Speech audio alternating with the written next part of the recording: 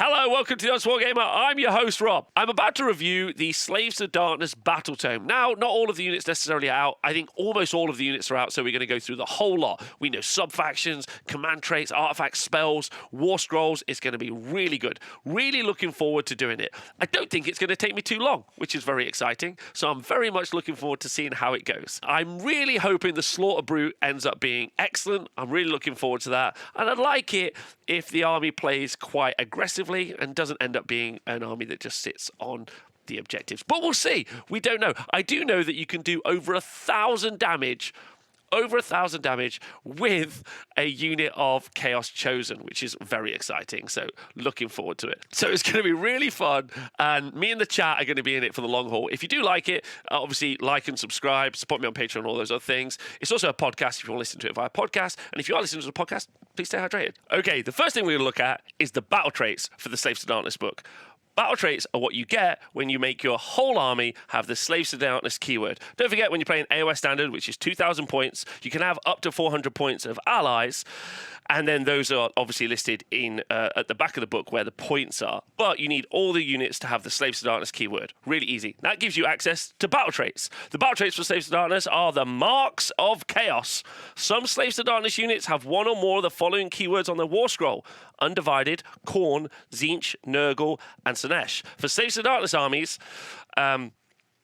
these keywords are referred to as a Mark of Chaos. Other Slaves to Darkness units have the Mark of Chaos keyword, but when you pick a Slaves to Darkness unit that has a Mark of Chaos keyword to be a part of Slaves to Darkness army, you must give it one of the following keywords. So Khorne, love fighting; Tzeentch, love spells; Nurgle, love standing; Slaanesh, love; Undivided, love not picking a side, right? And write this down on your roster until roster. Units that are the wizards cannot be given the Khorne keyword, okay? Depending on the keywords, Slaves to Darkness units benefit from the following battle traits. So you get these. So basically, if you've picked units to be a Mark of Chaos Undivided, then there you go, Mark of Khorne. And I'm pretty certain you can mix and match. In fact, you can mix and match different marks in this army. So you can have a unit of like Chaos Knights with the Mark of Khorne, a unit of Nurgle Warrior, like Chaos Warriors with the Mark of Nurgle, basically. So when they go in your army, gotta pick it. Happy? We're happy. Okay, so the first one we're going to look at is the Mark of Chaos Undivided. So if you have undivided units, right? All mortal and Ogroids, don't leave them out. Slaves to Darkness Undivided units that are not unique gain the Eye of the Gods keyword. When a Slaves to Darkness Undivided hero rolls on the Eye of the Gods table, so it's a hero, you can re-roll any one of the dice. And we'll look at the Eye of the Gods in a minute. In addition, Undivided Slaves to Darkness heroes can issue the following command, which is Slay the Worthy Foes. You can use this command ability at the start of the combat phase. A friendly Undivided Slaves to Darkness unit must receive the command. To end that phase, you add one to wound rolls for attacks made by melee weapons that target the enemy, hero, or monster. Okay? So really, really easy. Okay? We love it. It's great. Let's go. Okay, so this is all about the Eye of the Gods. At the end of each phase, for each enemy, hero, or monster destroyed by a friendly Slaves to Darkness unit with the Eye of the Gods keyword, including those destroyed by an ability or spell used by a Slaves to Darkness unit, make one roll on the Eye of the Gods table for that Slaves to Darkness unit and apply to the effect of the result. Okay, so already we know that for each enemy or hero, so each hero or monster that we kill with one of our Slaves to Darkness units, yeah, with the Eye of the Gods keyword, which is most of the heroes, yeah, then you're going to get to roll on the Eye of the Gods. But if you're doing Undivided, like if that hero's got Undivided, it's going to get to re-roll one of them. And then, in addition, if you gain control of an objective previously controlled by your opponent, now don't forget, your regular bros have now got the marker. So your Mortal and Ogroids have also got the Undivided keyword now, which means they've got the Eye of the Gods table. In addition, if you gain control of an objective previously controlled by your opponent, make one roll on the Eye of the Gods table for each friendly Slaves to Darkness unit with the Eye of the Gods keyword that is contesting it. When rolling on the Eye of the Gods table, you roll 2d6 for a hero, but if you're doing any other unit, you roll one dice and then you add 2. So you can then get results from 3 to 8. Okay, now there is a banner and a spell. So there's a spell that immediately lets you roll on the Eye of the Gods table. pretty cool. So we already know, so there's a spell that lets you do it. You're Undivided, which is cool. So you can roll on the Eye of the Gods table. You could be a Chaos Chosen unit where you, at the beginning of the game, you get to roll on the Eye of the Gods table. You do a spell to roll on the Eye of the Gods table. Then you kill a hero or monster and roll on the Eye of the Gods table. And then you take an objective and you roll on the Eye of the Gods table. Also, multiple units can be controlling an objective and all roll on the Eye of the Gods table. Just all you're doing is rolling. You need some eyeball dice, obviously. Like, obviously you need some sort of dice with eyes on it. Or maybe even just design like a physical, like, kind of like table where you just like roll it along the table or something with a slot. I don't know. Like, I feel like this is a fun game you can make for yourself. Anyway, just keep rolling. That's all you do. Okay, so what do you do if you roll on the table? You've talked about the table a lot, Rob. What do you get? Okay. There's also a command trait that allows you to do it as well. Thank you to Final Flash in the chat. Okay. So, Spawnedom. The hero is slain. Uh-oh. And you become a spawn. Before you're removed from the battlefield, you can add 1 Slaves to Darkness Chaos Spawn to your army. If you do so, set within an inch of the hero, then remove the hero from play. Okay. Maybe something that you try to fish for. If they're only left on 1 wound, Spawn's got more wounds. Who knows? Snubbed by the Gods, no effect. Mutative growth. So Snubbed by the Gods is something that you can roll on one of your units. So Chaos Warriors, Chaos Knights, Chaos Chosen, as an example. So then Snubbed by the Gods, no effect, that's a 3. You can heal up to D3 wounds allocated to this unit. If this unit has no wounds allocated to it, treat it as Snubbed by the Gods. That's great on multi-wound units like Theridons, just a hero. You know, that's another way of getting another heal on a hero. Flames of Chaos. You get a 2+ spell ignore.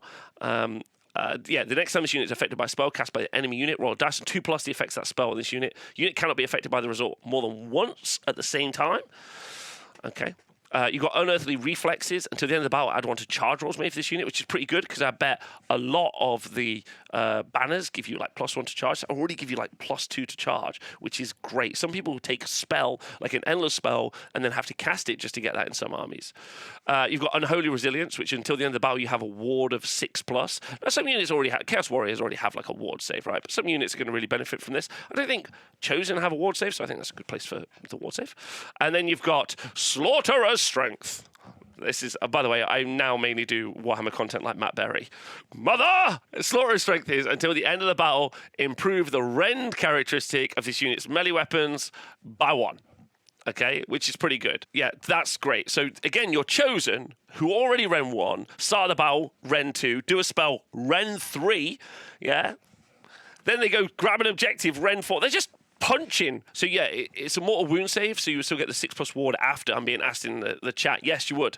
So so it's worth checking what's a ward and what is not a ward. If something isn't a ward, you can do it plus a ward, which is effectively a DPR check, so a damage prevention roll.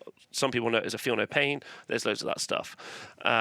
Okay, so, and then there's a spell, like we talked about, which lets you, there's a battle tactic that you get if you roll on the Eye of the Gods table, Lust for Power. You pick one friendly Slaves to Darkness hero that has the Eye of the Gods keyword. You complete this battle tactic if you roll on the Eye of the Gods table for that hero during this turn. So you could try to cast a spell on them just to do it via that system, or you could set them up for the fight. Like there's a couple of fallbacks for that, but we'll talk about the tactics in a bit, and obviously ban book tactics forever.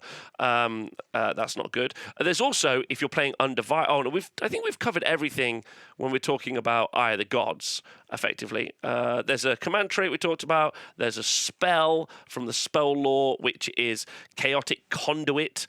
It's got a casting value of 7 and a range of 12 inches. Pick one friendly Eye of the Gods unit, and don't forget, if you're Undivided, you're giving units Eye of the Gods keyword within range that is visible to the caster, and you can immediately roll on the Eye of the Gods table for that unit. Okay, so that's great, and we love that.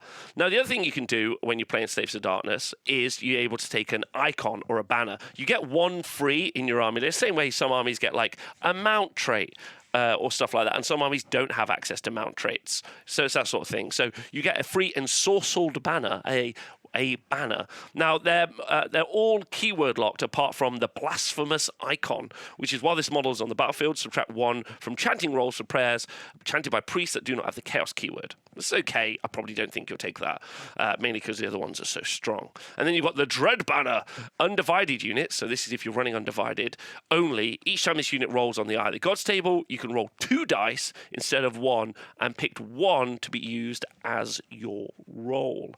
Okay, so you can just really buff a unit up. And those banners, by the way, can only be taken on Chaos Chosen, Chaos Warriors, or Chaos Knights.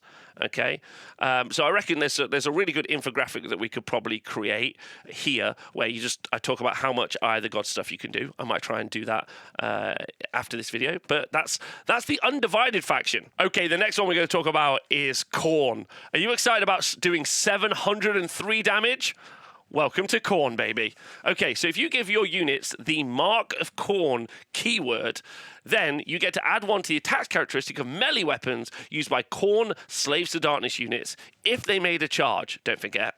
In addition, Khorne Slaves to Darkness heroes can issue the following command. Let the blood flow. You can use this command ability at the start of your charge phase. A friendly Khorne Slaves to Darkness unit must receive it, and after that unit makes a charge, you pick an enemy unit within an inch and roll 2+. You get D3 mortal wounds. Now, that's a by the by. No one really cares. Maybe it's important. Off you go. Right?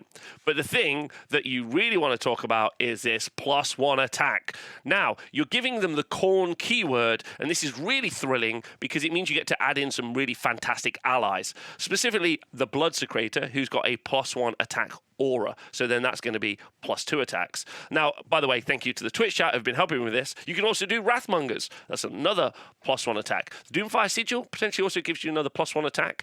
But we'll talk about that. I'll do like a combo breakdown at the end. But you can just do a lot. And thank you to Toby in the chat, who's let me know that I think the most damage you can get is with +6 attacks on a unit of Chaos Chosen, giving them 115 attacks, doing 703 damage. Amazing. Mark of Khorne to the moon. +1 attack. Now, this also buddies up really nicely with the banner that you can take if you go for Khorne, because the banner which you can take gives you. So you don't forget, you can only take this on Chosen, Chaos Warriors, and so Chosen, Chaos Warriors, and Chaos Knights. And it's called the Banner of Rage, and you add +1 to wound rolls for attacks that are made by the melee weapons from this unit. Okay, so that's really great, especially if you stack a unit. Like if you make what we call a Death Star, right? If you just put all of the buffs into a single unit, you can create this like big power ball of damage. And that's going to be using the Mark of Khorne, using all those buffs to just absolutely pump a unit up. Just imagine like a little foot pump. You just keep pumping them up. Or I don't know if you've ever seen in a movie when someone's just rolling up a punch. Yeah, you just before you're about to like absolutely downtown swanton bomb someone, one of them, and then bomb, big hit. Okay, that's Khorne right now. Incredible stuff. So Wrathmongers, Bloodsecrator. So Mr. Wilson in the chat says, Warboss Wilson says, if pigs and eels had babies, they'd be Chaos Knights. Because if you do have, and I think the thing he's talking about is when you do stack, when you have multiple melee profiles, if you have +1 attack on all of those melee profiles, then you'll get +2 attacks. So if you're having +6 attacks on a single unit, you're getting +12, which is nice. Because I always say double is more fun. That's the best bit. Okay, so that's Khorne. Let's move on to the next one. Okay, so if you take the Mark of Tzeentch, which previously was the best one, former people who've been playing Age of Sigmar before all had their stuff Mark of Tzeentch, and now it's changed. And much worse than it was previously. Different as well. Let's just say different, but probably worse. Okay, what you get is you can roll a dice. You basically get a 6-up spell ignore on Tzeentch Slaves to Darkness units. So even if you ally in a Tzeentch unit, that won't get this spell ignore. And then in addition, Tzeentch Slaves to Darkness Wizards know the following spell, which is Warp Reality. It's cast on a 6 and it's got a range of 9 inches. If you successfully cast, you pick a friendly Tzeentch Slaves to Darkness unit, so it can't be an allied in unit of Tzeentch as well, visible to the caster. Remove that unit from the battlefield and set it up again within range of the caster, more than 9 inches from all enemy units. Okay, at time of recording, it doesn't say you can't move afterwards. So there's a bunch of units, like very offensive units, that you would maybe want to move afterwards, because then you can definitely guarantee their charges, because it's going to be closer. Someone was talking about how Chaos Knights are better because they're charging, which makes sense. But this doesn't really currently beat the lols that you're getting for the Undivided, rolling on the Eye of the Gods tables, and the lols that you're getting for the Mark of Khorne with just a pure number of attacks that you're going to be doing, which is great. I actually think that the Mark of Khorne is really great for the state of the game because it really provides us with some DPS check units. There's a lot of units in the game that are like, haha, you can't kill me, and the Mark of Khorne's definitely going to deal with that. However, if we're looking at the banner that you can take, so the free banner that you could take the Tzeentch one, and this is the blasted standard, and you get a 4+ ward save against shooting attacks, and honestly isn't bad.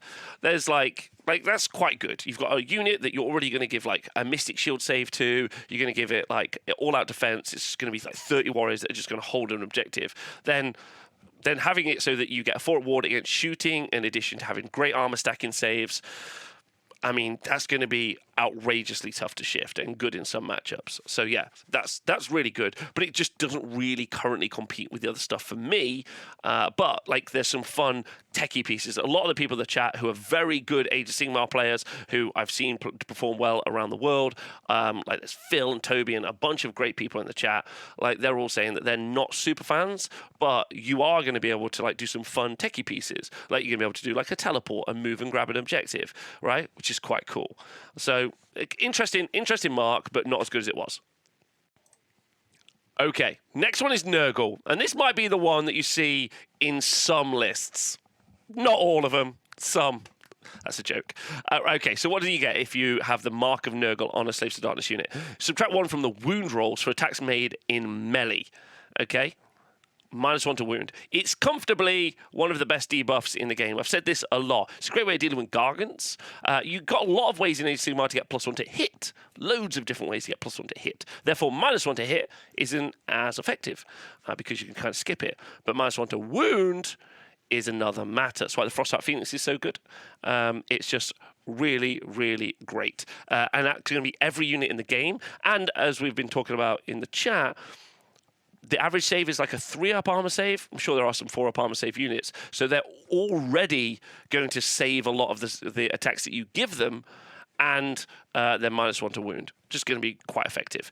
Okay, and then they've got a Nurgle Slaves to Darkness hero can also use this command, which is a command ability at the start of the combat phase. A friendly Nurgle Slaves to Darkness unit must receive this command, and after this unit fights for the first time in that phase, roll a dice for each unit within 3 inches of this unit. On a 3+, they suffer D3 mortal wounds. So you take a big block. Oh, let's talk about the banner, and then we'll talk about that bit. So then the Nurgle banner is called the Eroding Icon, and it's mainly eroding our faith in the game. I'm joking. It's not, but it's pretty good, right? Right, and this goes on a Nurgle unit, so don't forget the only units you can go on are Chaos Chosen, 3-up armor save, Chaos Warriors, 3-up armor save, and Chaos Knights with a 3-up armor save. And the Nurgle banner is, you worsen the rend characteristic of melee weapons used by this model by 1, while they're wholly within 12 inches of this unit. Now, some things to kind of talk about. You worsen the models, so it's not a unit. So each model wholly within 12 inches of this unit, which is a pretty big range. Now, sure, you might be attacking this unit, but it's got an absolutely massive range. It's going to have 12 inches from one side and 12 inches from the other side for a big 24-inch kind of bubble. It's going to be nuts. And as we were talking about in the chat, when you have like Chaos Warriors or Chaos Knights, which both have large footprints, they're 32mm bases or they're cavalry bases, they can have really massive footprints. So then you're reducing the rend of them. And this on melee weapons, you're reducing the rend by 1. So you're going to really make it so -1 to wound, -1 rend in an aura, right? It's within 12 inches. Worse than rend characteristics of melee weapons by enemy models while wholly within 12 inches of this unit, not just the banner. So huge -1 rend bubble. I know what you're saying to yourself, Rob, why is that such a big deal? Okay, this is just for new people. Chat don't really need the help here, but just in case, because you've already got a 3-up armor save, your rend 1's only going to take up to a 4-up armor save, so they're going to already negate half of your attacks. But now you're not going to ignore that, and because they're on a 3-up armor save, they can really, like, the difference between 3 and 4-up armor save is kind of night and day in Age of Sigmar at the minute, because there's so many ways to add +1 to your save. So when you're on a 4-up, you can go to a 3-up, and the 3-up is the best you can have, but you can ignore rend and because you can stack the save. But when it goes from a 3 to a 2, you can go on a 2-up armor save, ignore rend 1, because you go to a 2-up armor save via Mystic Shield or like all-out defense. So I can add +2 to my save and ignore rend 1. So effectively, I'm just rolling 2s. This is very, very, very good. Super strong, very survivable. It's going to be a very survivable army. High armor saves, really effective. Thankfully, there's no way to rally all these models. Otherwise, that would be completely over the top. Okay, so if you run Slaanesh, a final kind of like mark that you can get, it's pretty cool. You add 1 to run and charge rolls. Some units already have built-in bonuses to their like charging, basically. So this is really good. +1 to run and charge rolls for Slaanesh Slaves to Darkness units. In addition, Slaves to Darkness heroes can issue the following command, which is that you can run and charge, so close in for the kill. So you pick a Slaanesh Slaves to Darkness unit, so again, not an allied in unit. So if you've got your Chaos Knights, which I think are base move 12, might be 10, obviously you can add +6 inches to that, because you can roll it, but you can also just use the CP command ability to make it an auto 6. And then there's also a prayer that you're going to be able to take, so you can charge on a 3d6. Charge on a 3d6. So Chaos Chosen, as an example, they are base movement 5. You can add +6 to that with a run and charge if you wanted to, and then you can charge on 3d6, which is pretty competent, right? And their banner's also +1 to charge, so it'd be +2 to charge. So it'd be 2 + 3d6 as a charge, which is pretty good. I'm wearing the Team Malta team top, is what I'll have you know, right? So get out of it, right? Okay, and then they've got a great banner, yeah, right? The banner of Screaming Flesh, which is Slaanesh unit only. Add 1 to the attacks characteristic for this unit's melee weapons if it made a charge move in the same turn. So again, very much like with the things we said with Khorne, really good on all the units that are super outputty. If they've got multiple melee profiles, it's even better. Now the chat have lied to me and said there's a sub-faction where you can have multiple banners. So you get a free additional banner. So you always start the game with 1. You could take a battalion for an enhancement. Yeah, so then you could have 2. So you definitely could have Nurgle warriors with their -1 rend, the Slaanesh banner as well, or the Khorne banner for the +1 to wound. So the banners feel like a really great way of like buffing this army up. We haven't even got to sub-factions yet. So you've got the marks and the banners, which work in conjunction with each other, which is really cool. You can mark different units, so you could definitely have Slaanesh Knights with the banner of Screaming Flesh, if you wish, and then you could have a unit of Nurgle warriors with the eroding icon, so that -1 rend, so you can kind of mix them. The chat lying to me and telling me that there's a sub-faction where you get a Fort Rally, you get Chosen's Battle Line, and you get an additional free banner, but that can't be true. But let's go on and look at the rest of the book. So just looking at the final battle traits for the Slaves to Darkness army, it just kind of gives you like damn legions, and it tells you like what the sub-factions are going to be when we read about them in a minute. Host the Everchosen, Legion of the First Prince, Despoilers, Cabalists, Ravagers, and then Knights of the Empty Throne, one of my favorites. Love that. It also gives you a couple of unique heroic actions for the army, which is great, which is the Vows of Darkness. You can carry out one of the following heroic actions with a friendly Slaves to Darkness. Same when you can do other heroic actions, right? But it has to be a Slaves to Darkness hero, okay? With the Eye of the Gods keyword, importantly. And you get 2. You get Pledge to the Dark Gods, which is where you pick one friendly Slaves to Darkness hero with the Eye of the Gods keyword, and until the end of that turn, each time you roll on the Eye of the Gods table for that hero, you can roll 3 dice instead of 2, and pick any 2 of the dice rolled as your score, which is really good, especially if you're doing like an Undivided, like combo potentially. You know, you buff them up. Like there's so many ways to like really like use this, I think, with the heroic action. And then you got Draw on Power, which is you pick one friendly Slaves to Darkness wizard until the end of that turn. When making casting rolls for that wizard, you roll 3 dice instead of 2. However, if the unmodified roll on 2 or more of the dice is a 1, the spell miscasts and the caster suffers D6 mortal wounds instead of D3. So there's a big risk versus reward. It makes your average casting like 10.5, which is great, but there's a potential that you don't cast a spell and you take D6 mortal wounds, which is pretty savage. It's kind of an interesting one if you're in a clutch position where this is going to make it so that you win. I wouldn't use this all the time, but if you get yourself in a position where you're like, this is where I'm going to, like, this will help me win the game, it's time to risk it, I reckon that's going to be the heroic action for you, which is quite interesting. So yeah, cool battle traits, and then let's go look at the sub-factions. Okay, let's take a look at the very first sub-faction. It's called the Hosts of the Everchosen. Listen, let's do the narrative. Archaon's host marches upon the mortal realms, never faltering, never wavering. Beneath the blasphemous banners emblazoned with the Everchosen's mark, they stand united with dark purpose to see the realms razed to ruin. Okay, like we had to do the narrative, right? Because you got to know what you're playing. So this is our Archaon's bros. When a host of Everchosen unit that is a Chaos Chosen unit, which are battle line in this, so those sweet new Chaos Chosen, a battle line in this sub-faction, Chaos Knights, or Chaos Warriors, or Varanguard unit receives a rally command, you return one slain model on a 4 instead of a 6, which is quite strong. Arguably nonsense. Some would say, lol. Yeah, they're like, this is, if this was stonks, this is like the invention of the internet. This is big stonks. This is silly. Because we already discussed you could have like 20 Chaos Warriors that are -1 to wound and ignoring rend save of 1, and now we can rally them. Don't forget you can't rally in combat. It's always important to remember. You can't. In addition, he's back. I don't know where the in addition guy went. He was probably working on this book. You can pick one additional ensorcelled banner enhancement for your army. So those incredibly strong buff banners that we saw, which only apply to one unit, you can have. So you can go double banner, rally on a 4-up, and then you also can have Chaos Chosen as your battle line. This is pretty good. I just need you to know that. So let's go. Okay, so next one, Be'lakor's Legion. The Legion of the First Prince, the favour of the 4. Be'lakor courts the favour of all the Chaos Gods to crush his foes.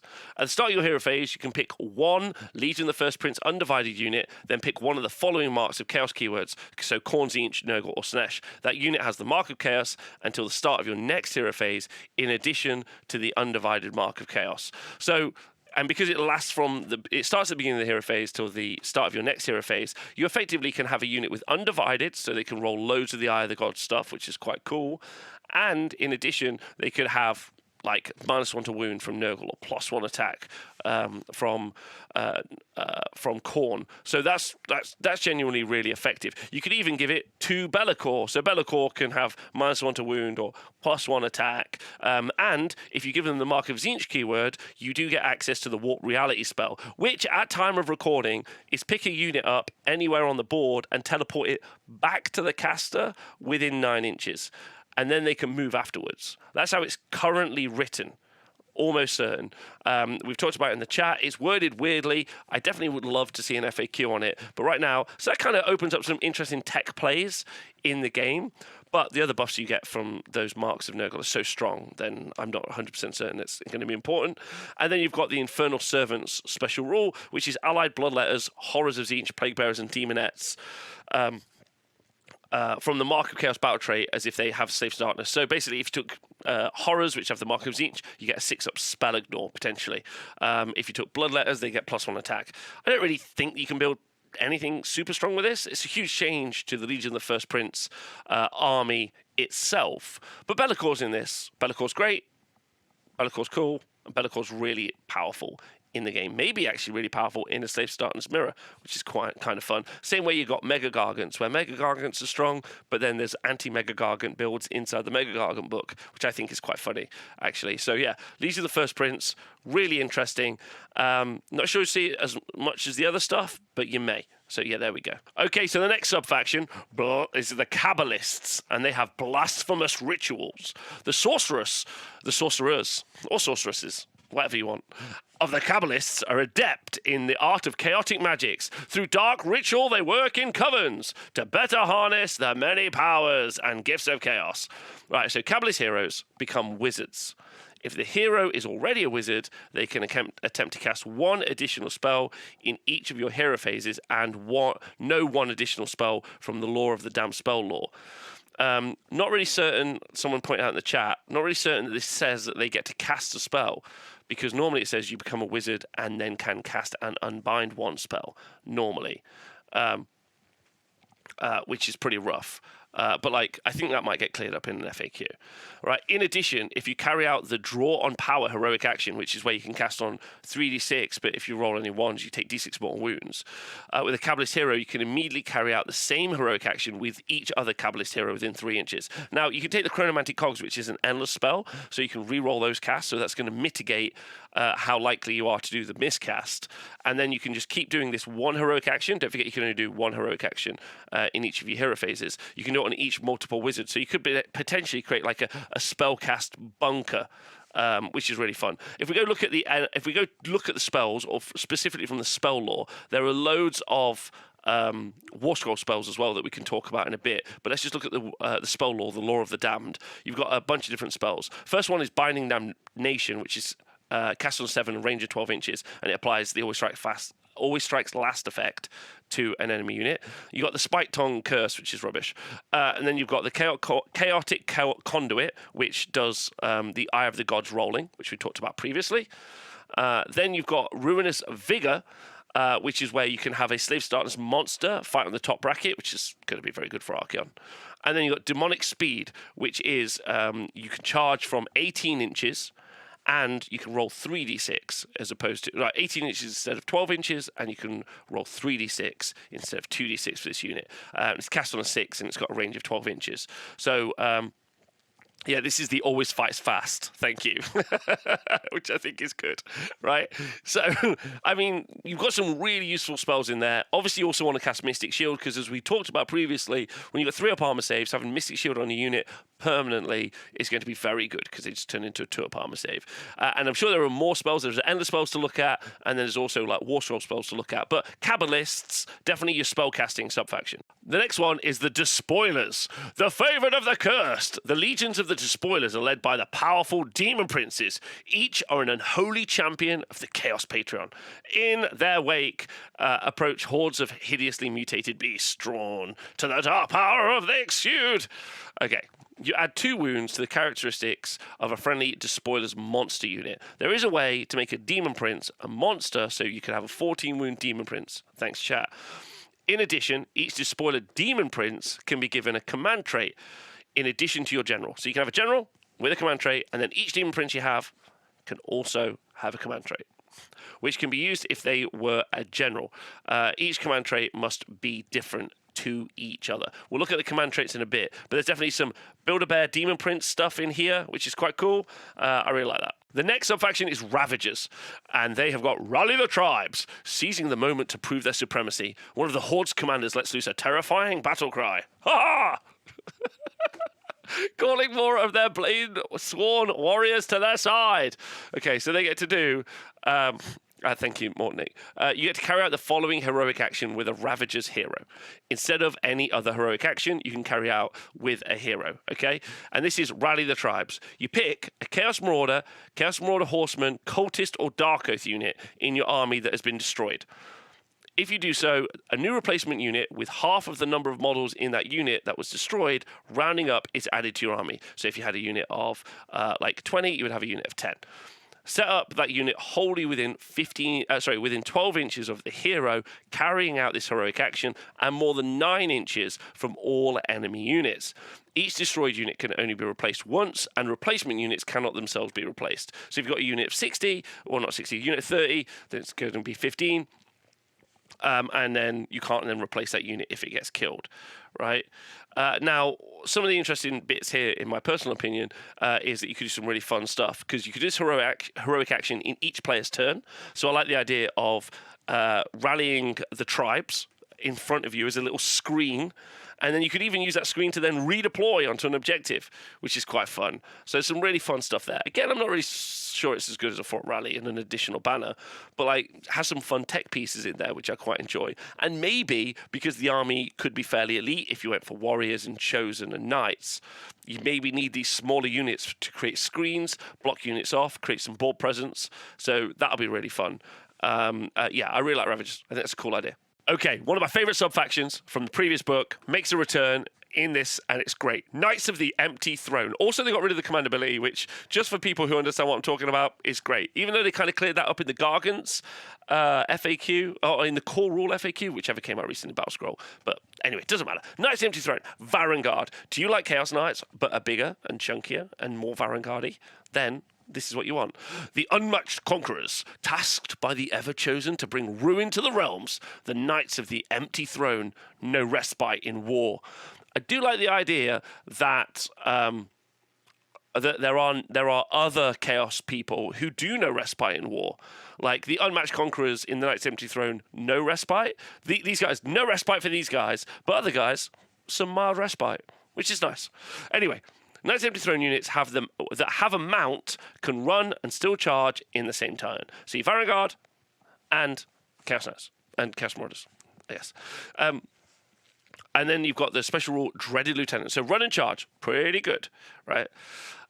When you pick a general for your army, if Archaon is not included in the army, you can pick a model in a friendly Varanguard unit to be your general. If you do so, that unit gains the leader battlefield role. Gains the leaderfield battlefield role. In addition, if that general issues the rally command and a friendly Varanguard unit receives it, you can return one slain model to that unit for each 5+ instead of a 6. So again, rallying these great units through up armor save, 6 wounds apiece on Varanguard, like on a 5-up rally is just nuts. Especially, you can reinforce it as a leader. You could definitely reinforce it twice, so you could have a unit of 6 Varanguard. Now, as Toby pointed out in the chat, thanks Toby, the designer's note points out this general cannot be given a command trait as it is not a hero. So no command trait for the Varanguard unit.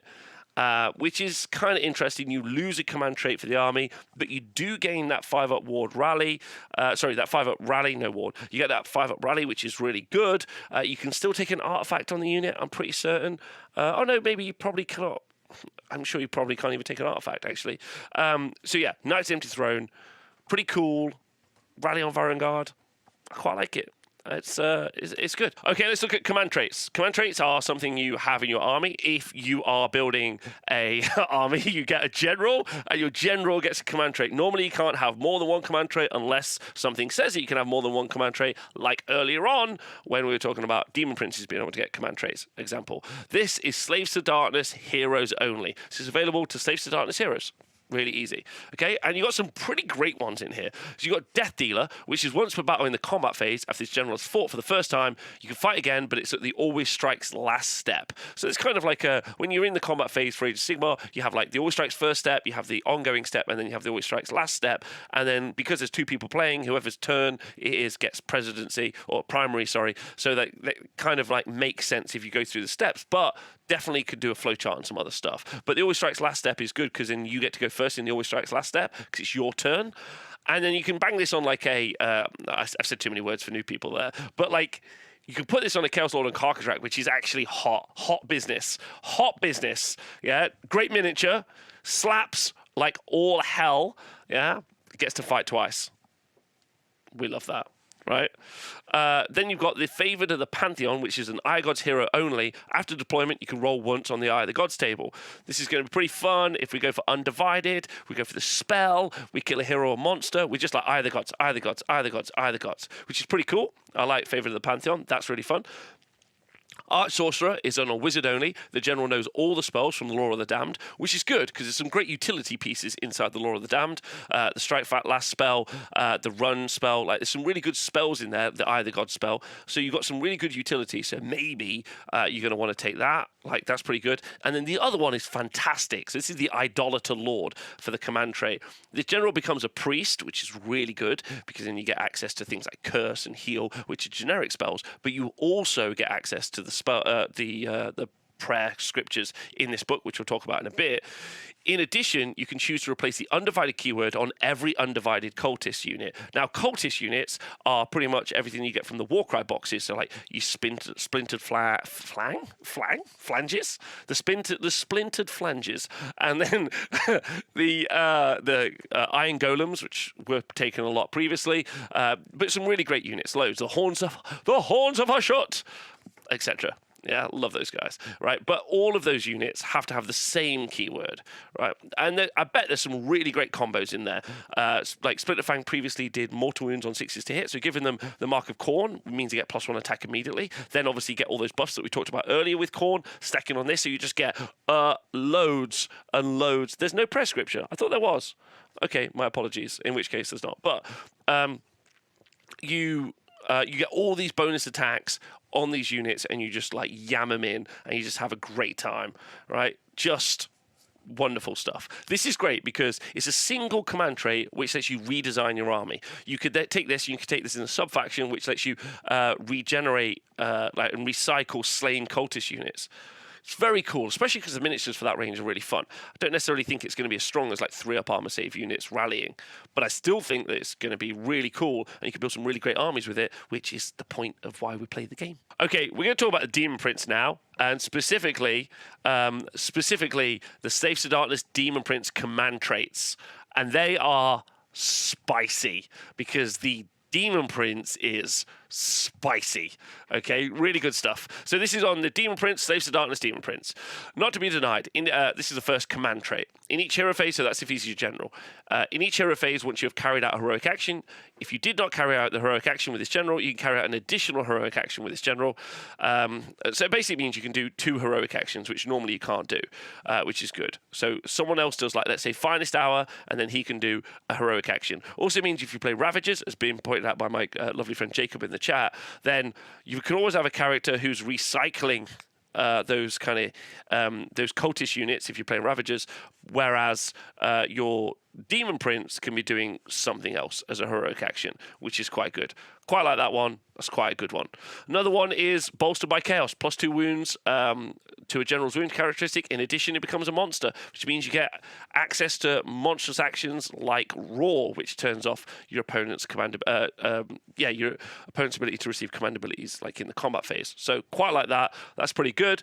Radiance of Dark Glory is a really good one. Is at the start of the hero phase, roll a dice for each friendly model within 9 inches of this general if it has any wounds allocated to it. On a 3+, you can heal 1 wound from the model being rolled for. If the model being rolled for is a monster, then you heal 3. So you can just babysit Archaon or some of your other monster characters knocking around, or even a couple of Daemon Princes, and then just keep adding... Oh, Daemon Princes aren't monsters inherently, so just monsters. Slaughter Brutes, Quinn in the chat was saying, terrible choice, in my opinion.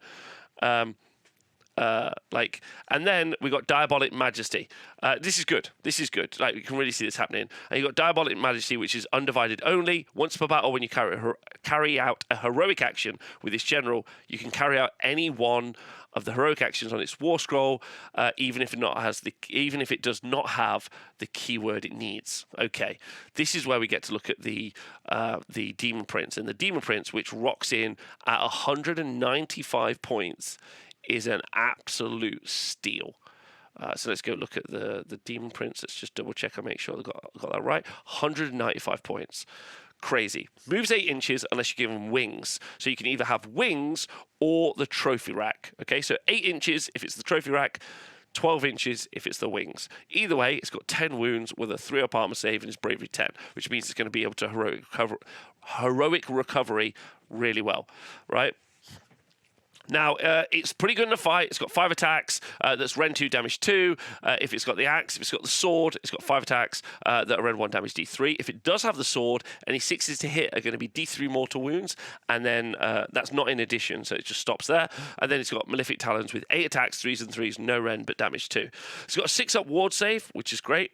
Now, if you don't take the wings and you take the slower version at 8 inches, you get the trophy rack. And if this unit has a trophy rack, you do not take battleshot tests for friendly units wholly within 9 inches. In addition, each time an enemy hero or monster is destroyed by this unit, you increase this range by 3 inches. This is really good if you're running, let's say, cultist units in Slaves to Darkness, and also really good if you were going to ally him in to Beasts of Chaos. It's friendly units. There's lots and lots of units in the game that can really benefit. You can take Slaves to Darkness as allies in most Chaos forces. I don't think you can in Skaven. So that immune to battleshot bubble might become really important and might have just elevated him up to being one of the better allies that you could get at the moment. 6-up ward, like I talked about, and then you've got the Immortal Champion, right, which is a really cool ability to do a unique heroic action. And this is where we're going to talk about in Slaves to Darkness and as an ally. In Slaves to Darkness, obviously you can give them any keyword that you want. Like you can give them Undivided, Khorne, or whatever. And in fact, if you go for Legion of the First Prince, you could be one of these and you could decide to be one of the other keywords in addition. So you could potentially do 1 or 2. You can't do 2, but you could do 1 or the other of these heroic actions. So what do they do? All right, let's not blow the lead. The Nurgle one is crazy. Okay, so if you're playing Maggot King of Nurgle, this guy's an auto included in your army because you've got Eroding Miasma, which is a Nurgle Demon Prince only, and until the end of the turn, ward rolls cannot be made for enemy units while they're within 3 inches of this unit. So move this guy forward, do your heroic action. You don't even have to roll a dice to make sure it happens. So, like, it's not a 2-up or something. It just is auto. Your opponent can't stop you. Charge them in. No ward saves for them. Absolutely amazing if you're playing as a Nurgle army. Also great in the Slaves to Darkness army. Absolutely crazy in the Slaves to Darkness army. Because as we already discussed, you can get loads of attacks, good rend, So then those ward saves are looking to stop the damage. There we go. If you're doing Khorne, you get to add one to the... until the end of the turn, each time an enemy model is slain by wounds allocated from attacks made by this unit, heal 1 wound allocated to this unit, which is okay, not that good. If you go for Tzeentch and you ally them into a Tzeentch force, for instance, you roll a dice each time a spell targets unit, you get a 2-up spell ignore. And if it's your hero phase, that unit can attempt to cast 1 spell from the Law of the Damned in the same manner as a wizard. And if this unit is already a wizard, you get to cast an additional spell. It's okay. And then you got Slaanesh, which is, if you got a Slaanesh keyword, if this unit makes a charge move this turn, add 1 to the attack characteristics of this unit's melee weapons until the end of that turn. So, pretty good. Like, they're all interesting as allies, especially if you go for the trophy rack. So you've got an immune to battle shock aura around the Daemon Prince, which is quite good, very useful for some armies. He comes in at a very competitive 195 points, which is great. The command traits you can take in Slaves of Darkness are really fun, and then the marks you can give them really change it up. But it really has to be that Nurgle no ward save mark that's going to be very clutch, I think, in a lot of matchups, and you really might see the Daemon Prince come into effect here in the game. Okay, so looking at the artifacts that you can take. Now, normally you can only have 1 artifact per army, but there are battalions you can take to have more artifacts. There are ways to get more artifacts, basically, but normally they're still fairly limited. There are 3 for just Daemon Princes, seeing as we just talked about Daemon Princes. You've got the Strike First effect applies to the bearer with the Helm of Many Eyes. And then you've got the Doombringer Blade, which is +1 to wound against enemy heroes and monsters by friendly units that target that unit. It's at the start of the first battle round after setup is complete, but before the first turn begins, you pick 1 enemy hero or enemy monster on the battlefield, and you get +1 to wound. So your whole army is going to get +1 to wound against it. So great if you're playing against Nagash or Archaon or Lariel or any of those big like monsters that really define the meta, Slaughter Brutes, Charybdises, you know the like. So that's a pretty good one. It's a good artifact, especially as it buffs your whole army. That's nuts. And then you got the Realm Warper's Twist Rune, which is once per battle in your hero phase, you can pick 1 terrain feature within 12 inches of the bearer, roll a dice for each model within 1 inch of that terrain feature. For each 6, the model unit suffers 1 mortal wound. In addition, the terrain blocks line of sight like a wildwood. Yes, you'll be able to finally get +1 to wound against the Cygor, which we've been needing for a long time. So the Doombringer Blade sounds really good. The Helm of Many Eyes seems really good as well. Strike First. I actually really like the Doombringer Blade. Quite good. Will it replace an Arcane Tome? I doubt it. There we go. But yeah, +1 to wound is great. Okay, so looking at the kind of generic Slaves of Darkness artifacts that you can take, the Trophies of Conquest. Don't forget these can also go on Daemon Princes. So you've got the Hellfire Sword, which is going to do damage equal, so mortal wounds equal to your damage profile on 1 melee weapon on the to wound roll of a 6. That's fine. But the Helm of the Oppressor and the Conqueror's Crown feel like real standouts. The Helm of the Oppressor lets enemy units cannot receive Inspiring Presence and Rally commands while within 6 inches of the bearer.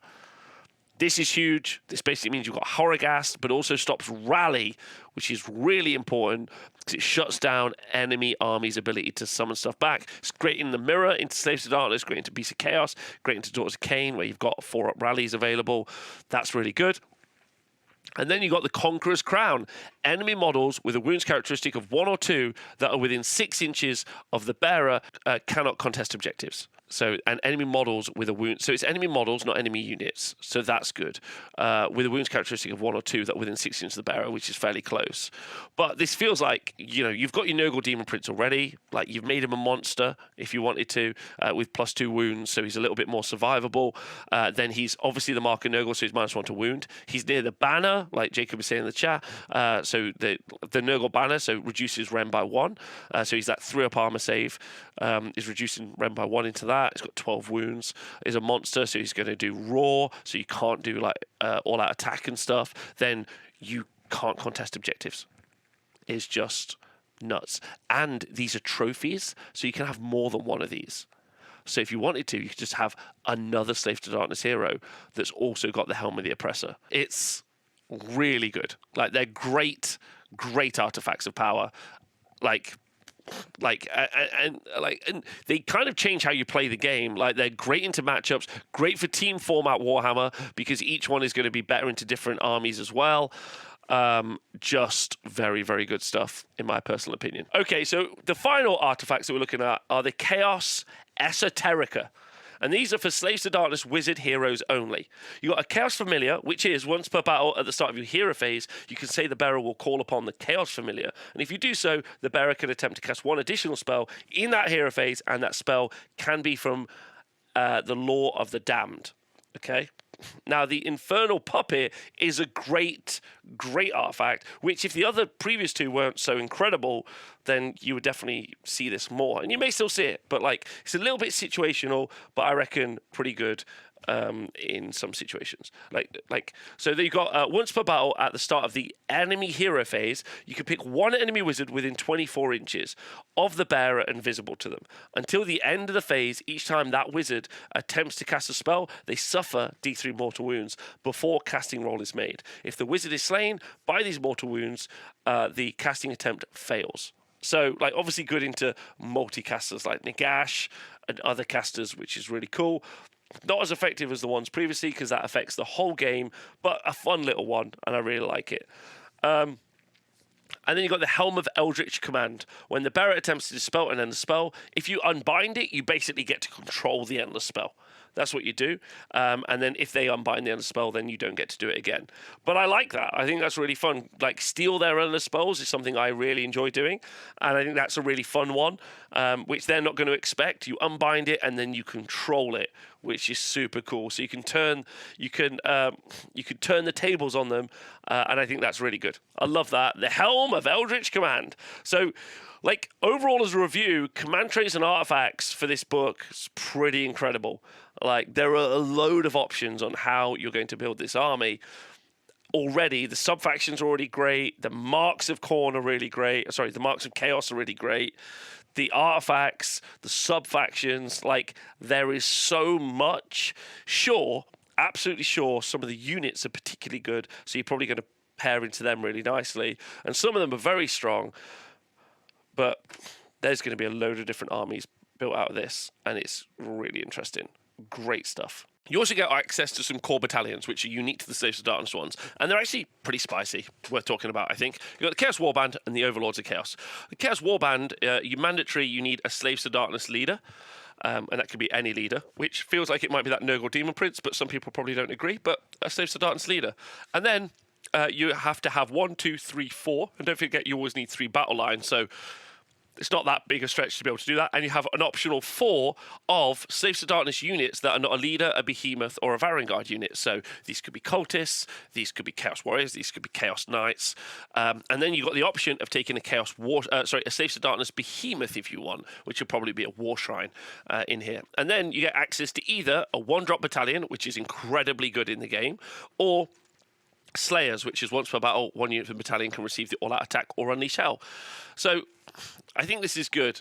So yeah, you could do this if you like Moon Tyranny is saying in the chat. Maybe you are going to do a battle regiment, and then this will be your second one to get it to a 2-drop, because then you don't need to have quite as many heroes, which is good. I mean, I think you could just take this anyway, right? I personally think it's good. I think having a unified army, but only allows you access to 1 hero, which is pretty limiting.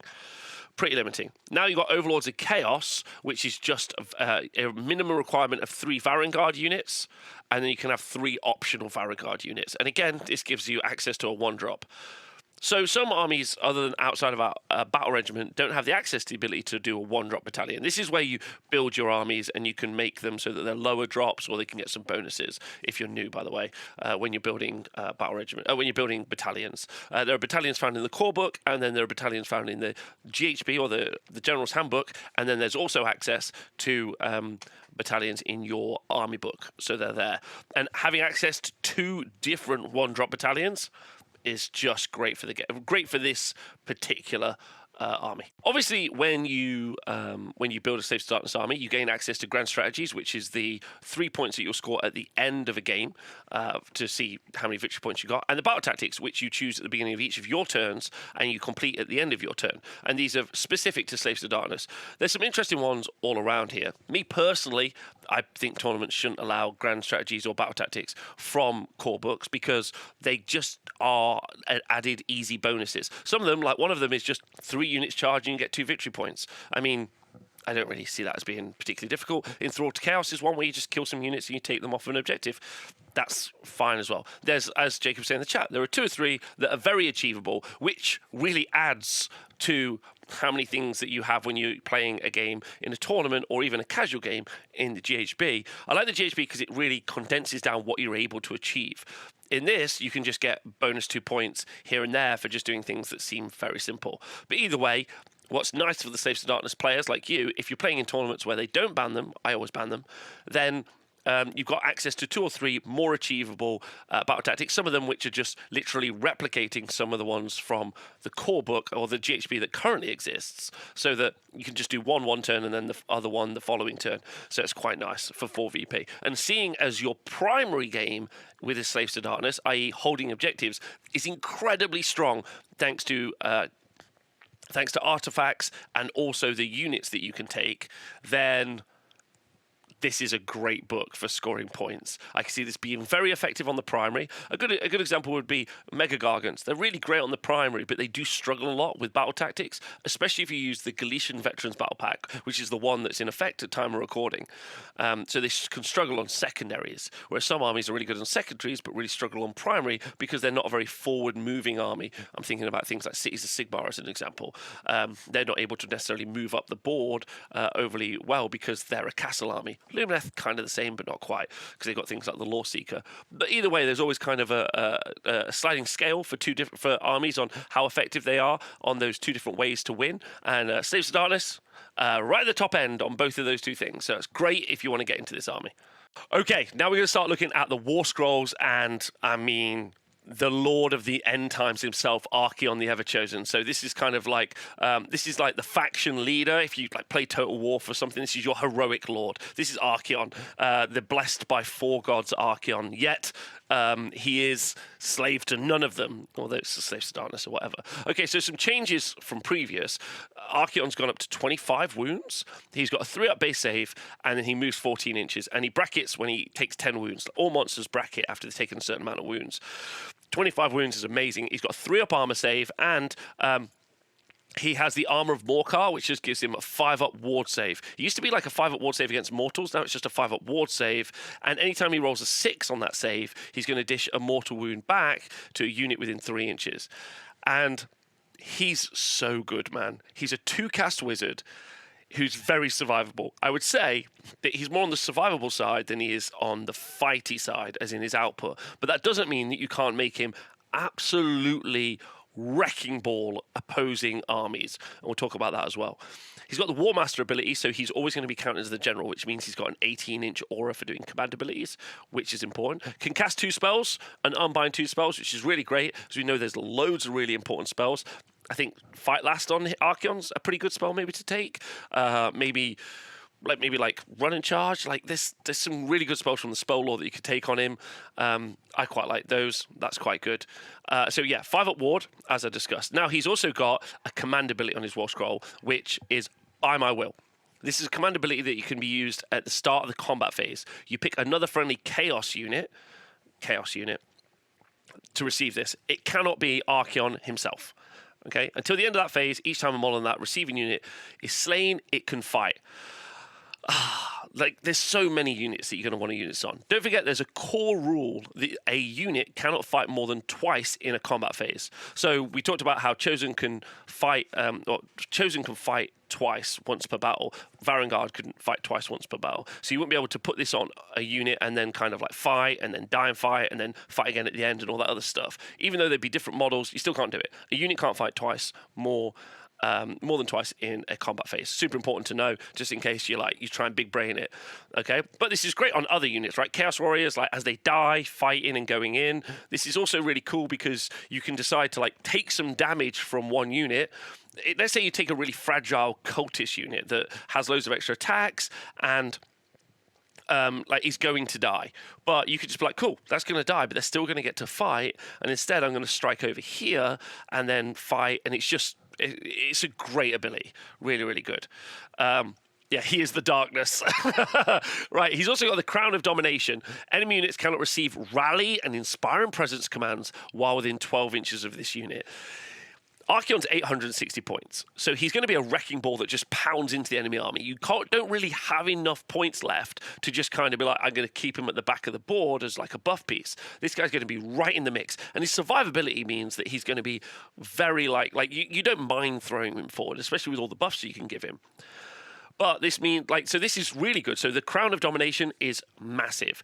Like, Cannot Receive Rally is great because he's now an anti-Slaves to Darkness tech piece, which is amazing because they've obviously got that 4-up rally. All of the other armies also have a 4-up rally as well, and then also stops Inspirant Presence. Games Workshop seem to be doing this in the minute where they give rally out to people, and then they're like, but also no rally. So there's that kind of like those checkers and chess, whatever, rock, paper, scissors, that's the one I mean, right? So that's something really, really interesting to think about, that if you build an army around the rally, someone puts the same Slaves to Darkness army down, but then does this, it just shuts you down. It's very clever. It's very cool.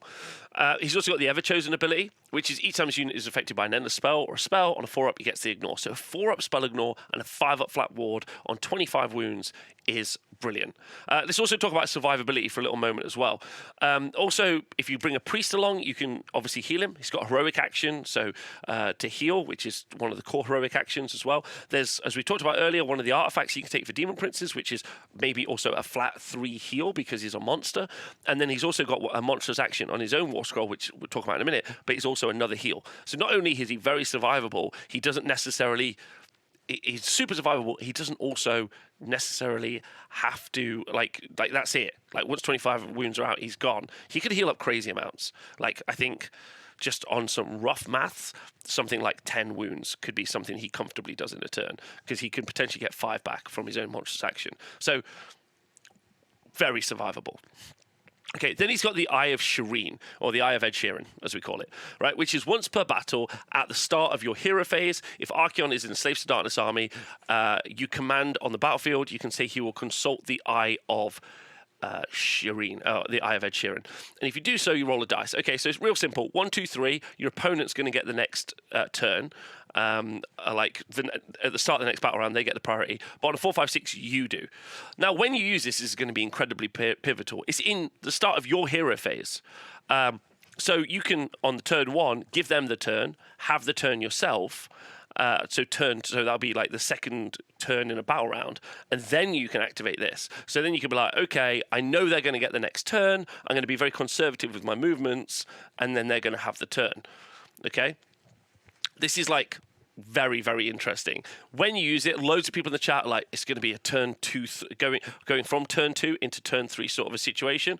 It's always going to depend on the army you play, the army you're playing against, and all those other jazzes. But like, this is super powerful. Archaon is a piece. He is definitely going to see play, and just really fantastic in what he brings to the table. And this is just another really, really strong mechanic. Very, very strong.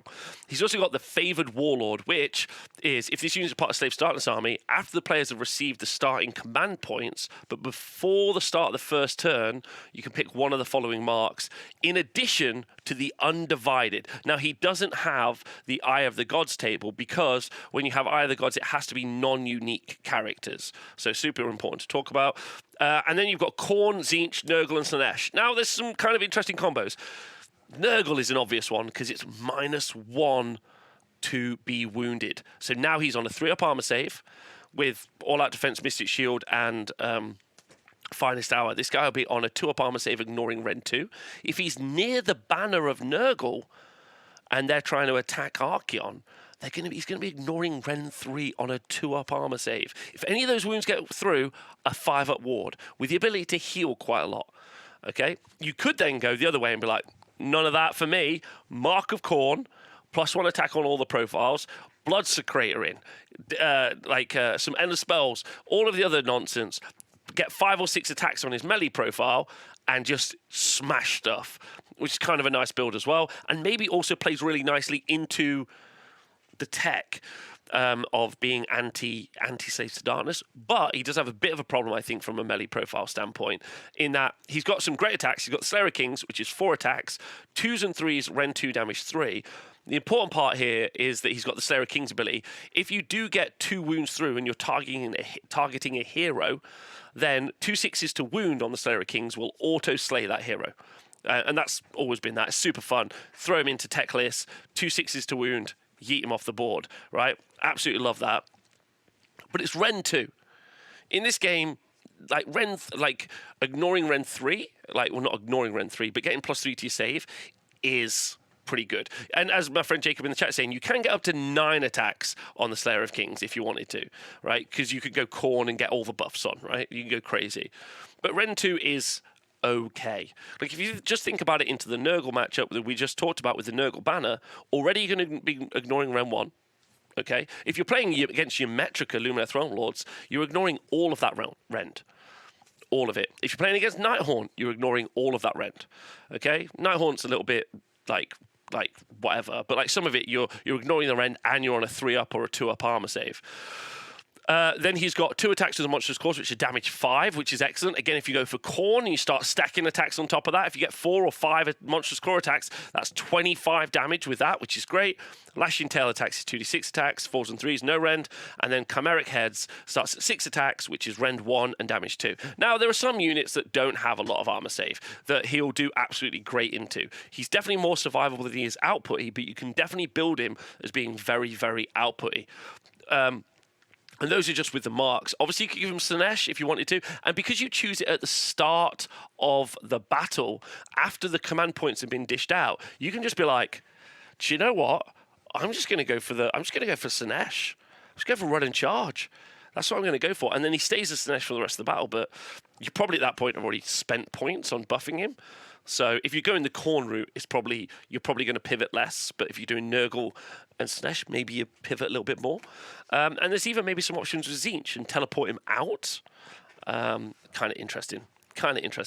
And then the final bit is a 3-headed Titan. So he's got 3 heads, and each one of them can do a monstrous action, but you can only do 1 monstrous action. So there are 3 different monstrous actions available, 1 from each head, but you can only do 1, obviously. And those are Filth Spewer, which is you roll a number of dice up to 7 for a unit within 6 inches on a 3-up. This stuff from Mortal Wound. This is fine, but probably not one you use. Skull Gorger is you roll a dice. You pick a model within 3 inches. So you pick one, which is important because you can pop a model out of a unit, break coherency, and when a unit's not coherent at the end of the turn, you have to take models away until they're coherent. You can do some really fun stuff with that. Basically, you roll dice. If you roll above the wounds characteristic of that model, it's slain, and then you heal that many wounds. Obviously, the max you can roll is a 6. So if you do roll a 6, you can kill a 5-wound model, right? You could do a 5-wound model, and then you could heal 5. Heroic Recovery is another 3. Heal from a priest is another 3. So now we're up to 11. And then you can have the Daemon Prince ability, so you can heal 14. I think you can max out at 14 for a heal, which is the Nurgle head is mortal wounds per model in the unit, but it is up to a maximum of 7. So even if you roll 30 dice, you can't roll 30 dice. You go up to a maximum of 7, and then on a 3-up, they suffer a mortal wound, right? Which is pretty good. And then Spell Eater, which is pick 1 endless spell within 12 inches of this unit, or roll a dice on 2-up. That endless spell is dispelled, and the caster is on the battlefield. They suffer D3 mortal wounds. Particularly good if you're trying to kill that caster at the back of the board, and you've done some chip damage to it. I'm not really sure what you would do chip damage with in this book. This book is a full frontal hammer in the face. There's no flank attacks. There's no ninjas. No one's hidden in the shadows. This is just a raging bull running forward and just swinging at you, in my personal opinion. This is just big power. But yeah, so Archaon, that's everything for Archaon. Now, there are also prayers you can do and spells you can do to buff Archaon. So I hope you see that he's a very powerful control piece. He makes your army better instinctively. He makes your opposing armies worse with a Crown of Domination. He can cast spells. He can fight well or survive well. He's a monster. He's going to do monstrous actions. A very, very interesting piece, in my personal opinion. I think you're going to see lots of Archaons in different builds, and then you're going to see safe starts armies that don't use them as well. So overall, I think a bit of a hit with Archaon. Well done to them. Okay, so if you're not an Archaon fanboy and you want to switch it up for the man that cannot be tamed, Be'lakor, the Dark Master, the Demon Prince, the first Demon Prince, has got 14 wounds and 4-up save and brings something very unique to the Slaves to Darkness faction, but also is probably one of the best allies for anyone ever. Celestant Prime, Be'lakor, about like they're very good. Be'lakor brings something super unique and is really powerful in the Slaves to Darkness force, and also when you ally them in. So I would always pick up a Be'lakor if you got the opportunity to. So Be'lakor has got 14 wounds on a 4-up save, and that 4-up save is unrendable. So you can't apply any positive or negative modifiers to Be'lakor. So no +1 saves, no -1 saves. It's just a 4-up save on 14 wounds. Okay. He moves 14 inches. Obviously brackets goes down to 12, 10, and 8, and he's pretty good in combat. Like he's got 8 attacks with the Shadow Blade, which is 3s and 3s, Rend 2, damage 2. He's got the Fell Claw, which is 1 attack, 3s and 3s, Rend 1, damage 2, and the Spear and Tail, which is 1 attack, 2s, 1s, for some reason, -3, Rend 2. He's fighty, but that's not really. There was a change when Bellacor's new model came out a couple of years ago. There was a big conversation about like he used to be a lot cheaper because everyone only wanted him for his Dark Master ability. So you just want to put him in a corner, do the Dark Mastery ability, and then you just didn't want to pay any more points. Now you've got a legitimate combat monster who's also a 2-cast wizard, like a Lord of Change, not triggered at all, like a 2-cast wizard who's got a great spell and has got a great ability. And that great ability is Dark Master. This is what makes him one of the best allies in the game. And this is once per battle at the start of the enemy hero phase, you pick an enemy unit, and it's board wide on the battlefield until your next hero phase. At the start of each phase, including the phase in which that unit was picked, you can roll a dice for that unit. On a 3+, that unit cannot move, shoot, fight, use command abilities, chant prayers, attempt to cast spells, attempt to unbind other spells, etc., until the start of your next hero phase. So the way that you really want this to work, and Be'lakor, by the way, is 365 points, 355 points. So basically 4 units of Spider Riders. That's how we track it. Why this ability is so good is, let's say in a battle round, the Slaves to Darkness person and you, as with your Be'lakor, go first. In their turn, so when they go second, you just go, right, start the hero phase. I'm going to pick your Archaon. I'm going to pick your Archaon. That's what I'm going to do. And they'll be like, okay. And then you roll a 3-up. They can't cast any spells. They can't do any command abilities. Can't do anything. You're like, okay. Okay, then in the hero phase, 3-up, can't move. But let's say they do their move. Okay, 3-up, you can't charge. 3-up, you can't fight. And then you win the priority roll. You just give them You give them the next turn. You just do it again and again and again and again, and then it'll end then. So it can happen over 2 turns. It's an effective ability against what we call Death Stars. It's one of the reasons that we're able to mitigate Death Stars in Age of Sigmar so well is because of this Dark Mastery ability.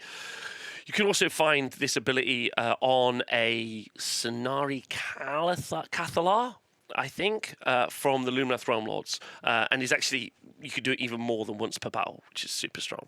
It's a great ability, and I would be hard-pressed to not find a reason for 355 points to put this into my Slaves to Darkness force. But it's great. He's also got an unrendable save. If enemy units fail battle shock test while within 12 inches, they take D3 wounds. And he's got the Enfeeble Foe spell, which is you pick an enemy unit within 18 inches, which is a pretty big spell range nowadays. Lots of spells have started to be reduced to 12 inches. So 18 inches. And it's cast on 6, so it's below 7, which is the average. So you're more likely to cast it. And then that unit is -1 to wound. Now, sure, you're probably going to have some units that... You have some Nurgle units in your army who are already -1 to be wounded.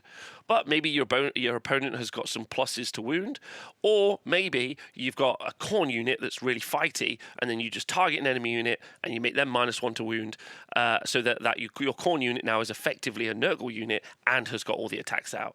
It's a great ability. Be'lakor's great. Be'lakor's a super cheap model, really, for what it brings to the table. It's a monster. The only thing I'd say about Be'lakor is the lack of a ward save does make him fairly susceptible to being a pincushion. He's basically got a 4-up invulnerable. Well, he's got a 4-up unrendable save, so that is a toughie to get past. But you could just fail loads of 4-ups or just make loads of 4-ups. A bit of a Nighthaunt situation. And then the cool thing with him is in the Legion of the First Prince. Thank you to Swaggy in the chat. He can get a different mark, right? So you can, and we talked about this earlier on when we were talking about the marks. So if you wanted to, you could give him the mark of Khorne, so he get +1 attack on all his profile, or give him the mark of Nurgle, so that he's -1 to be wounded, make him a little bit more survivable. But the lack of a ward does make him a little bit squishy, but he's cheap. He's very cheap. He's very cheap. So Be'lakor's great. Great war scroll. Okay, the next unit we're going to look at is Eternus, the Blade of the First Prince. So he's been sworn to Be'lakor. He's like a Chaos Lord who was sworn to Be'lakor and has been granted immortality. Eternus rides at the head of the First Prince's legions, crushing those who oppose him, etc., etc. So like he's a Chaos Lord who has the ability to come back to life, which is quite fun. He's got some attacks. He's got 9 wounds on a 3-up armor save, so he is survivable, which is great, and moves 10 inches, which is fast enough.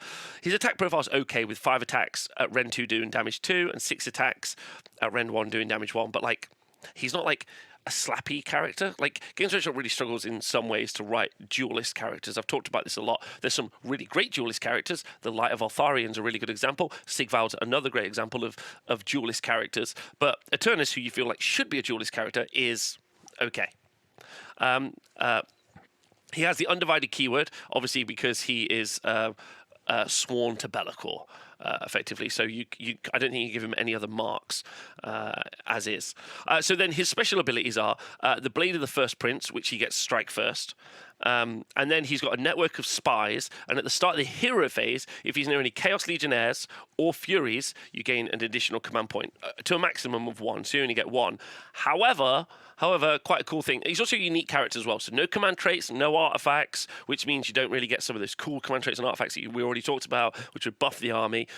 The other thing is when you do play Legion of the First Prince subfaction, the Furies are going to be your battle line, or can be your battle line if you want them to be, right? But he does have the Veins of Black Lightning, which is his ability to come back to life because he's immortal. At the end of your movement phase, if this unit has been slain, roll 2d6 and add 1 to the roll if Be'lakor is in your army. On an 8+, you can set this unit up anywhere on the battlefield more than 9 inches from all enemy units, with all wounds allocated to it removed. Now, this kind of plays a bit like Scar Bloodwrath does from Khorne, where he dies and comes back. I die, I live, I die again, as he shouts witness me. But unfortunately for Eternus, he's quite survivable. So, like, you kind of want him to die so you can teleport him somewhere really fun. But, like, he's quite good at surviving because he's got a 3-up save. So, I'm not sure. I'm not sure about Eternus personally. Probably a great cool model and also very fun. Like, if you were building a Slave Darkness army, you just want it to be fun with your friends at home. He's very thematic. He's got some really cool rules to do that fun stuff with. That's what you want to do. So, yeah, cool. Our next unit is kind of the buff piece of the army. So we're talking about this next because when we look at some of those other units, you're going to think, well, okay, I can also buff them. So you've got the Mark of Chaos, you've got the Subfaction, you've got the banners, you've got the spells, you've got the prayers, and now you've got another form of a lot of prayers all coming from the Chaos Warshrine. Chaos Warshrine is 185 points. It's got 14 wounds and a 4-up save. And it used to be very common in Saves to Darkness armies because you could get rerolls to hit, rerolls to wound, you get reroll saves. It's changed up a little bit, but actually really great and a good utility piece. The real question is, will you have enough units on the board after you've put all your buff pieces in? So if it's going to make it into the army, not quite sure. In melee, it's kind of okay. Like, it's not super survivable, 14 wounds on a 4-up save. But it is going to have 4 attacks that are 3s and 3s, Rend 1, damage 2, and 6 attacks with the fists, 4s and 3s, Rend 1, damage 2. But it's not really there to fight, but sometimes it can do a little bit of damage occasionally. What it's there to do is do its prayers. And it's got a ward save bubble as well. So it starts out at 18 inches while it's not been wounded, and all Slaves to Darkness wholly within 18 at the start are going to have a 6-up ward save. So even more ward saves, even more protection on this army, which is really good.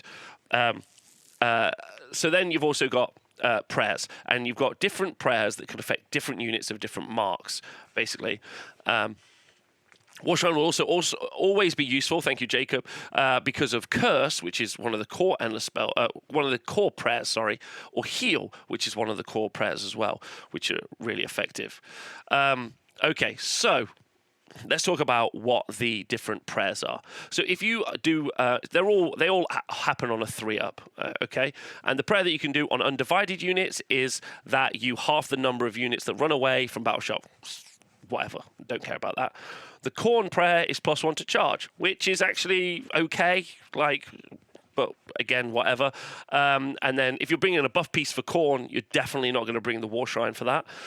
The Tzeentch one is quite interesting, where you are you're going to be -1 to wound. So a Tzeentch unit is going to be -1 to wound. Actually makes it quite a nice ally to go into a Tzeentch army, in my personal opinion, because then you can do that on horrors and you can make them -1 to be wounded. So -1 to be wounded.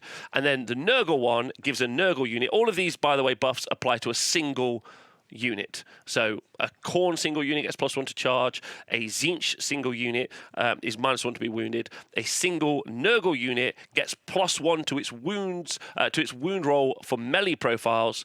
And then which is a great one. Absolutely great. So your Nurgle unit that's ignoring Rem 1 is -1 to be wounded, is now +1 to wound, which is phenomenal. And then your Slaanesh one is you get to charge, make declaration for charges outside of 18 inches, and you get to roll 3d6 on your charge, which is also another great one. You get that via a spell, though, already.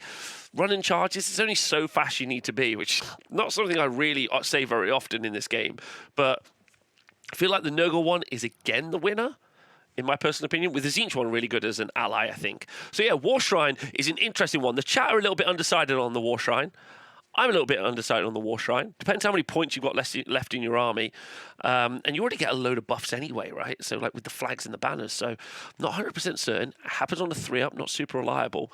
But I'd love to know what you think. So do let me know in the comments, I guess. Okay, so one of our generic characters, the Chaos Lord on Karkadrak, is kind of like a mobile combat piece.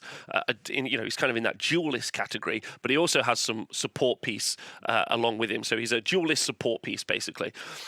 He's got 9 wounds with 3-up save. Great, survivable, wicked. Love that. Moves 9 inches, costs 220 points, and is bravery 9. He's got 3 weapon profiles, 4 attacks on the Battle Axe, which is 3s and 3s, rend 1, damage 2. 3 attacks on the Demon Bound Blade, which is 3s and 3s, rend 2, damage D3. With his Demon Bound Blade, any 6s to hit, inflict a mortal wound on the target in addition. And then also Tearing Horn and Claws, 4 attacks, 4s and 3s, rend 1, damage 2. Like I've said in all of these, if you have a Mark of Nurgle, he's going to be -1 to wound, more survivable. Give him Mark of Khorne, he's going to be even more punchy. +1 attack on all those melee profiles, with ways to also add +1 to those as well. So, very powerful. Could be, no, not very powerful, but could be pretty fighty if you wanted him to be. However, the key thing that he's got is the Knights of Chaos ability. So when he charges, he gets the strike first ability. So he gets to strike first. And then he allows a unit of either Chaos Knights, Chaos Chariots, or Gorebeast Chariots that are wholly within 12 inches of him to also strike first. So then you've got the Karkadrak, 220 points, and a unit of Chaos Knights or Gorebeast Chariots, all striking first at the same time. He also does D3 mortal wounds when he charges on a 2-up to units that are within 1 inch of him. And has got a 5-up ward save against mortal wounds. So all in all, he's a support piece mainly because he's going to give always strikes first to a unit of Chaos Knights, which are going to be able to go fast, which is really good. The Gorebeast Chariot, as has been pointed out in the chat, is also really powerful as well. So I personally think the Chaos Lord and Karkadrak could be very good, like very fighty, and it's just like a very small, like 220 points is fine for like what is effectively a combat monster that can fight on its own, and then the Chaos Knights can go do something else. I like it. Maybe also building into Gorebeast Chariot lists as well. You could do some really fun stuff with impact hits and do mortal wounds before you do even bigger, like before you push in a load of other models when you charge. Can take a command trait, can take artifacts. Yeah, I can see people running the Chaos Lord of Karkadrak. Plus, he's got the sweetest model. He's just sweet, right? So, love that. The next unit is a Chaos Lord on Daemonic Mount. He's just a Chaos Lord on Karkadrak, but 50 points cheaper. He has the ability to make Chaos Knights, Chaos Chariots, or Gorebeast Chariots fight after him, after he fights first. Got a 5-up ward against mortals. Has got a better lance when he charges. Has got 1 less wound than the Chaos Lord and Karkadrak on 8 wounds, but it's 50 points cheaper. So if you were trying to maybe get that Chaos Knight thing happening, then there you go. It's kind of okay in a fight. Karkadrak Lord is better. So that's it. That's all it does. It's the same. Like, it's the same as a Karkadrak Lord. So anything you would do to the Karkadrak Lord is this guy, but you would maybe just save some points. Next up is the Chaos Lord on foot. He's 115 points, and he's neither the duelist nor the support character that he needs to be either of those two pieces. He's not really a buff piece, and he's not really a melee character, but he exists, so let's talk about it. He's got 6 wounds with a 3-up armor save, and he moves 5 inches, so he's slow. Probably going to be walking around with Chaos Warriors. He's able to take a retinue of Chaos Warriors or Chaos Chosen, and they're going to give him a 3-up bodyguard save using the Warlord's retinue ability. He's got an okay melee profile, but not great. Maybe with the Mark of Khorne, maybe with loads of buffs stacked around him, then actually it could be quite interesting. But then that means your retinue is also going to be Mark of Khorne, and that feels weird as well. And his mobility is going to be the real issue in an army that can be insanely fast. And then he's got the ability Glory in Battle, which is after this unit has fought in the combat phase for the first time, if its retinue has not yet fought in that combat phase, is within 3 inches, and is wholly within 12 inches of this unit, it can fight. So basically, a unit within 12 inches of him can fight after he's fought. Now I'm thinking about it, if you just put like a very slow army maybe down with some screens, like cheap cultist screens, and you just got some warriors and you just stacked on like Wrathmonger buffs and Khorne buffs and Bloodsecrator buffs, then maybe having this guy charge in with like +3 attacks on all of his melee profiles, it's not bad. And then the Chaos Warriors with more attacks, not bad as well. Or even the Chaos Chosen is good. And also, thank you to Moon Tyranid for pointing out, his ability Glory in Battle does mean he's going to get to negate Always Strikes Last. Rob, what do you mean? Okay, it's really easy. We've got a couple of units. Specifically, I've got a unit of Chaos Warriors, and they've been given some sort of Always Strikes Last debuff. Let's say it's from a Sphinx, or let's say it's from some ghosts, whatever you want. When I activate this Chaos Lord, it's my turn to activate. I activate the Chaos Lord, and the Chaos Lord goes and strikes. I'm then able to use the Glory in Battle ability, which is allowing a unit wholly within 12 inches of Chaos Warriors or Chosen to fight next. Yeah, that means that they skip from going to from the Always Strikes Last step to this, because it overrides it. That was in one of the most recent Battle Scroll updates, so you can skip them. It's also the same thing as smashing and bashing. So maybe not like a terrible use case, but Strikes Last is not crazy common. It's definitely with Nighthaunt, who are very good in the game. They're very, very good in the game right now. I don't think 115 points to avoid that. I'm not sure, personally. Not sure. Like, I think this is fine, especially if you're not building, like, Nurgle, or if you're building Nurgle guys, they're just there to stand on objectives. If you're building Khorne guys, they're there to fight, but yeah, like maybe we're taking with Chosen. Yeah, like I could see that. Like, and he's also a character your opponent will ignore. Just the Chaos Lord who's next to some Chosen will get 0 hatred because they've got other threats to worry about, like Chaos Knights and Chariots and Varanguard and other stuff that, like, those are the pieces they're going to be concerned about. So they're probably not going to care very much about your Chaos Lord. So maybe for the cheapness of 115 points, I think I've talked myself into it, but you'd have to write the list, see if that's what you want, see what the local meta is like at the time, if that Strikes Last is going to come into effect a lot, and then maybe it's a great opportunity to use this.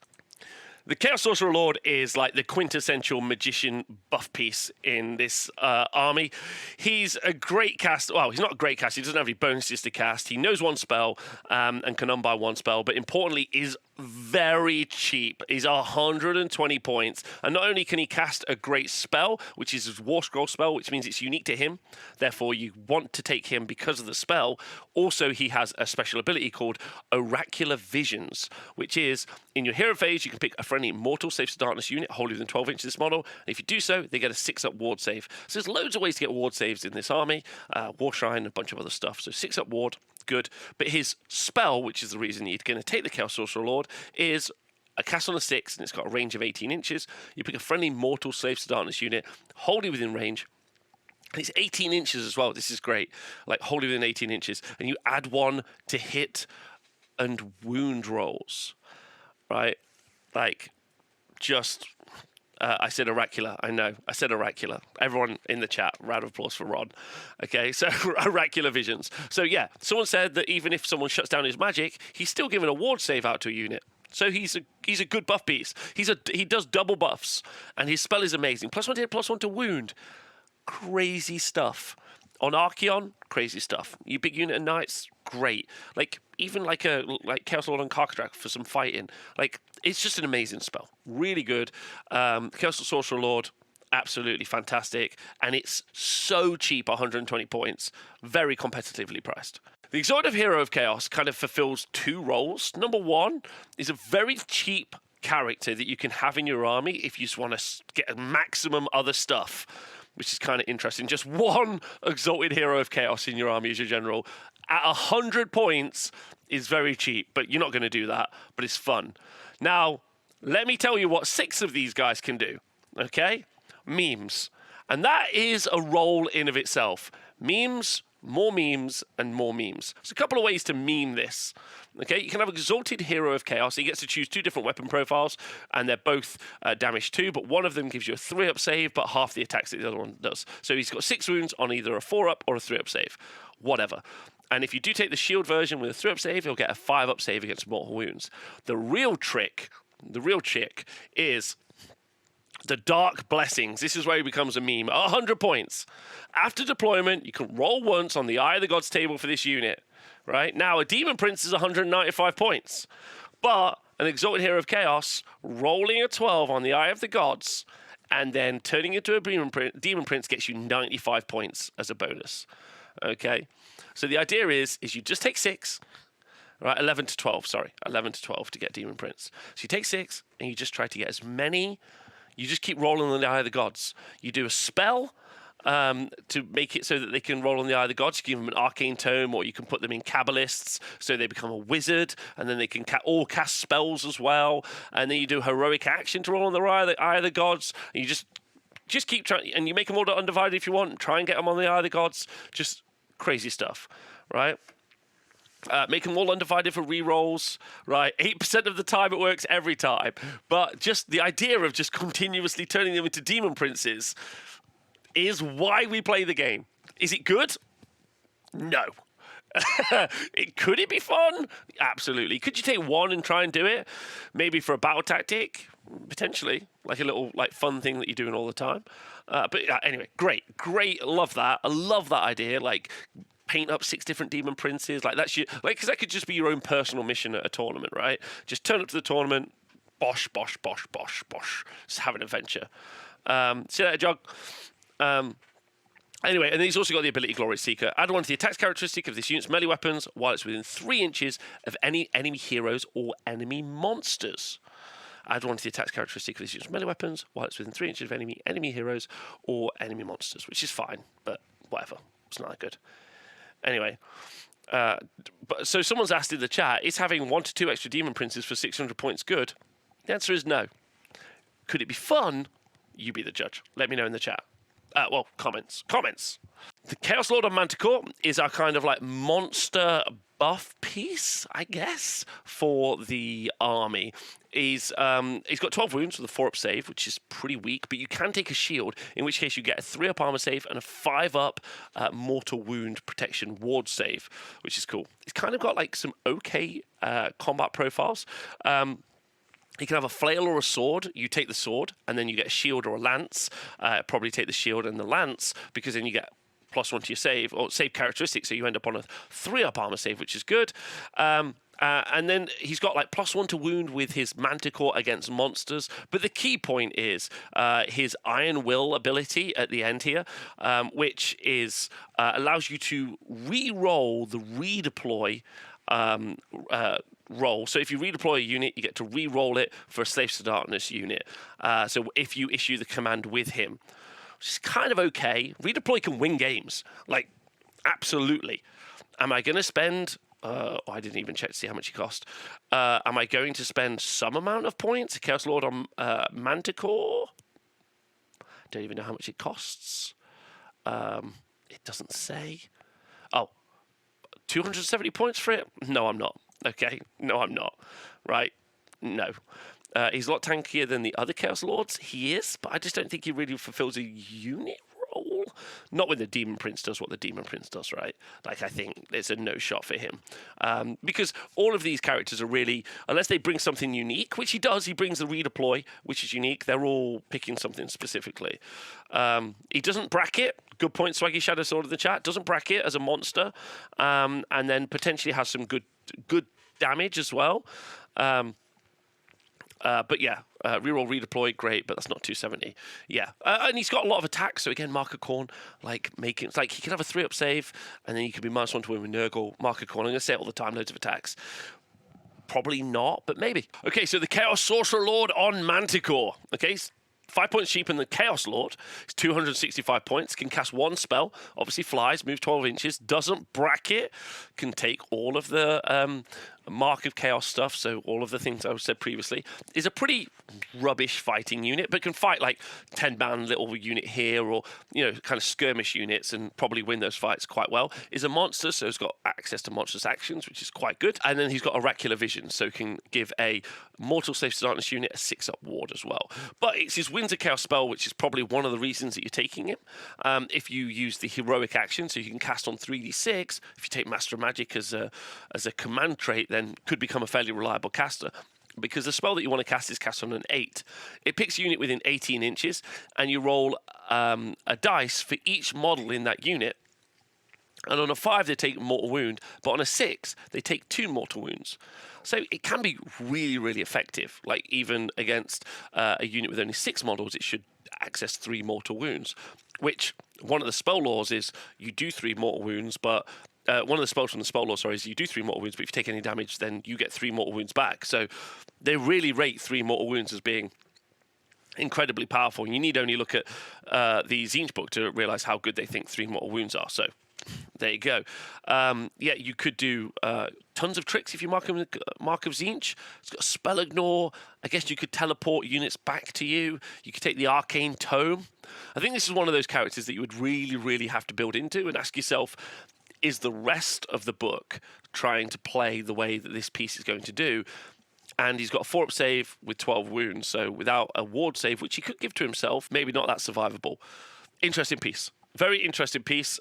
Maybe you could do some really fun stuff with it in an army. So the Ogroid Mymidon. It's kind of one of the Warcry models that was released a long time ago. And it's just an outstanding sculpt that's always struggled to find its way into the game. Just because it's a duelist character like we talked about previously, but a really bad one. Doesn't provide any support really to the army around it. And it just isn't fighty. And again, Games Workshop knows how to write fighty units. Light of Eltharion is a good example. But it just isn't the Light of Eltharion, or either something even remotely similar.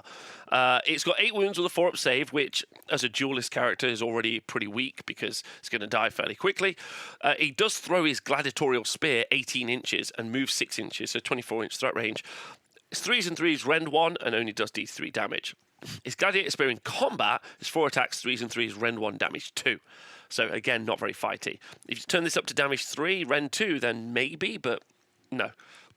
He basically has a worse profile. Like, he almost is a Chaos Chosen in melee profile, like 1 Chaos Chosen.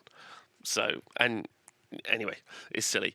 The Arcane Fury is, if the unmodified hit roll for an attack made by the melee weapons by this unit is a 6, the attack scores 2 hits on the target unit instead of 1.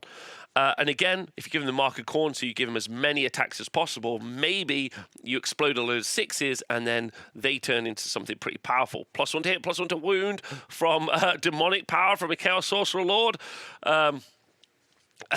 You could do some stuff with him, I guess.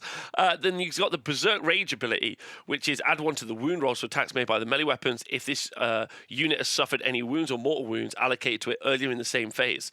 So you're only going to get +1 to wound if he's taken some damage, and only 8 wounds on a 4-up save. You really don't want him to have taken any damage, because, like, lots of stuff can just kill this guy, right? Like, lots of stuff can kill this guy.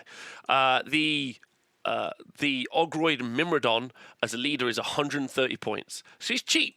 Very, very cheap. And when you take one of these in your army, then you're able to take a unit of Ogroid Theridons. For every Ogroid Mymidon unit, you can have one unit of Ogroid Theridons as a battle line unit. Okay, so let's go look at their War Scroll. Okay, so one of the new models, well, the new sets of models from the FOMO box that's being released soon is the Ogroid Theridons. Okay, so they're Beasts of Chaos, yet Beasts of Chaos aren't allowed new models, and so very much like Kragnos, it's a Beast of Chaos unit that is in another book. So they're Minotaurs with big axes, and you kind of got two loadouts with these guys. They're 190 points for 3 of them. If you want, you could have a shield and the Gronian Falchion. This will give them a 4-up save for the unit of 3, and they've got 5 wounds apiece. So 15 wounds on a 5-up save. They move 6 inches, and they've got Bravery 6. However, if you've got a banner, then they're going to be Bravery 7. The champion gets +1 to its attacks, and the musician allows them to have +1 to charge. Okay. They definitely will benefit from buffs. Then they're a low-ish bravery on a high multi-wound model, and then starting out at a 5-up save is pretty tough. If you do decide to give them the shield version, so they're on a 4-up save as a 4-up characteristic, then you'll end up with 3 attacks at 2-inch range, which are 3s and 3s, rend 1, damage 2. That rend 1's going to be pretty tough, especially into like mirror matches and stuff, but generally. If you take the Gronian Great Axe, then you get 3 attacks, 3s and 3s, rend 2, damage 3. They have a special ability called Berserk Rage, which is add 1 to wound rolls for attacks made by melee weapons from this unit if any wounds were allocated to them earlier in the phase. So if you let them get hit first, then they get +1 to wound, which means that they'd be 3s and 2s, and with all that attack, they could be 2s and 2s. So very effective. All their attacks should pretty much go through. And then they've got Unleash Savagery as ability, which is once per battle when this unit's picked to fight, you can say, well, unleash their savagery, and if you do so, you add 1 to the attacks characteristic of this unit's melee weapons until the end of that phase. Now, obviously with the Mark of Khorne, this immediately means that this unit of 3 will go up from having 9 attacks, that is rend 2, damage 3, if you take the Great Axe version, to having 16 attacks, 10 attacks, because you've all got the champ, to 16 attacks with the Gorgon Great Axes. That's going to be 2s to hit, because you can all-out attack, 2s to wound, because of the Berserk Rage, rend 2, and damage 3. Interesting unit. Maybe not pure trash. I always get panicky by a 5-up armor save, I won't lie. But 15 wounds for 190 points, maybe okay. They can't rally like something like Chosen can, so that's kind of a negative in their factor. There's not tons of buffs that you necessarily want to put on them, but they could become like an incredible hammer unit with rend 2, damage 3. You can ally in the blue scribes into Slaves Darkness, do Arcane Suggestion, then they're going to be -1 save, so then it's going to be 16 attacks, rend 3, damage 3, which is pretty punchy. And 190 points for kind of all that output is really good.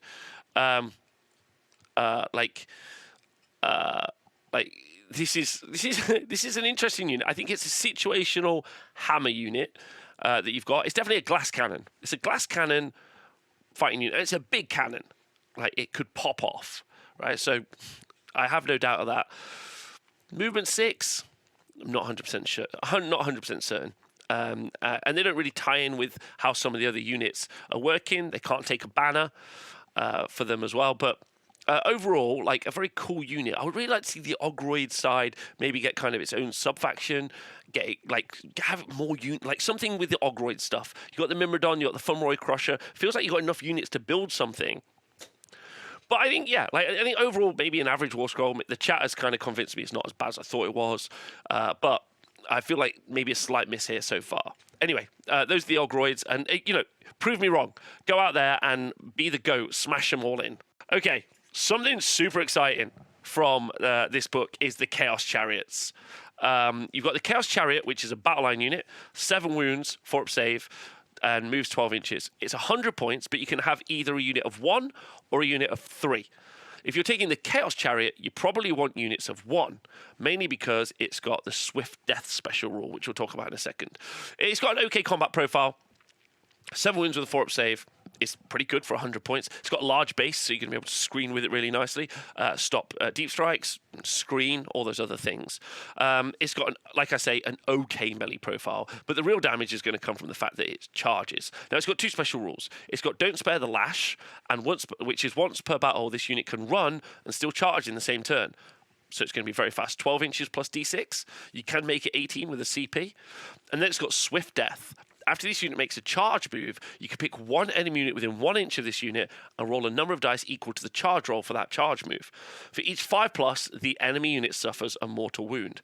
Now, you have to roll quite high. On an average dice roll of 7, you can do 2 or 3 mortal wounds. It's not that good.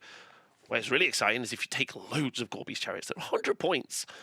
Sorry, no, not Gorebeast Chariots, regular Chaos Chariots. They're 100 points. And you could just spam them, have some real fun. I mean, you could just have a cheap battle line units of 3 units of 1, and just charge some stuff. Do some mortal wounds. Like retreat, do some mortal wounds. You can't retreat and charge, so they're not quite as good as some of the other units in the game.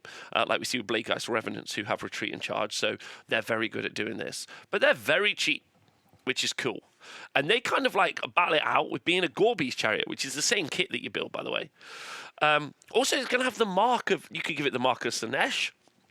So it's got the potential to do all sorts of stuff. Like you can have the prayer from the Chaos Warshrine for the charge on 3d6. So it could do even higher number, and it can charge from 18 inches, which is cool. There's a prayer that you can do, so that you also that's the prayer. Sorry, there's a spell you can do, so you can also charge on 3d6. And then you've got the Gorebeast Chariot. The Gorebeast Chariot is slightly different. It's 115 points. You get an additional wound. You don't move as fast, though. You only move 9 inches. You also don't have run and charge on the Gorebeast Chariot. Your melee profile is about the same. But you have unstoppable momentum, which is at the end of the combat phase. If this unit made a charge move this turn, it can make a normal move. So I charge in, and then, and this is at the end of the combat, so it has to survive, right? It can make a normal move, and if I do so, so it's going to move up to 9 inches. I move across units that have got 4 or less wounds, like I can fly. Okay, you can pick one enemy unit, it passed across, and roll a dice for each model in this unit. So if I have one Gorebeast Chariot, which is 115 points, I would roll 1 dice. If I had 3 Gorebeast Chariots for 345 points, I would roll 3 dice. Any 3-ups is going to do d6 mortal wounds. Now, it does that move at the end of the combat phase. So if you want to charge in and do all of this damage, you're going to have to hope that this Gorebeast Chariot unit survives. And at the end of the day, they have a 4-up save. You could give them the mark of Nurgle, make them more survivable. You could give them the mark of Slaanesh, so you make them faster. You could give them the mark of Khorne, so you've got slightly more output. Really depends on what you want to do. So yeah, a very interesting unit. Interesting as allies as well, because if you take a unit of 3 in some other armies, you could do some really fun stuff. You could Destiny Dice a charge if you took them into Tzeentch, which would be really fun. Can you Destiny Dice allies? Maybe not. You could do some fun stuff. You put them in Khorne, in the Khorne subfaction, and whip them and give them all the positives, because the charge on the regular Chaos Chariot is your charge roll plus modifiers. That's how that works on there. So you could do some really fun stuff. Oh yes, if you put them in Knights of the Empty Throne subfaction for Slaves to Darkness, then they get to run and charge as they have a mount already, because they count as a mount. So it says it on there. So the Gorebeast Chariots better in Knights of the Empty Throne.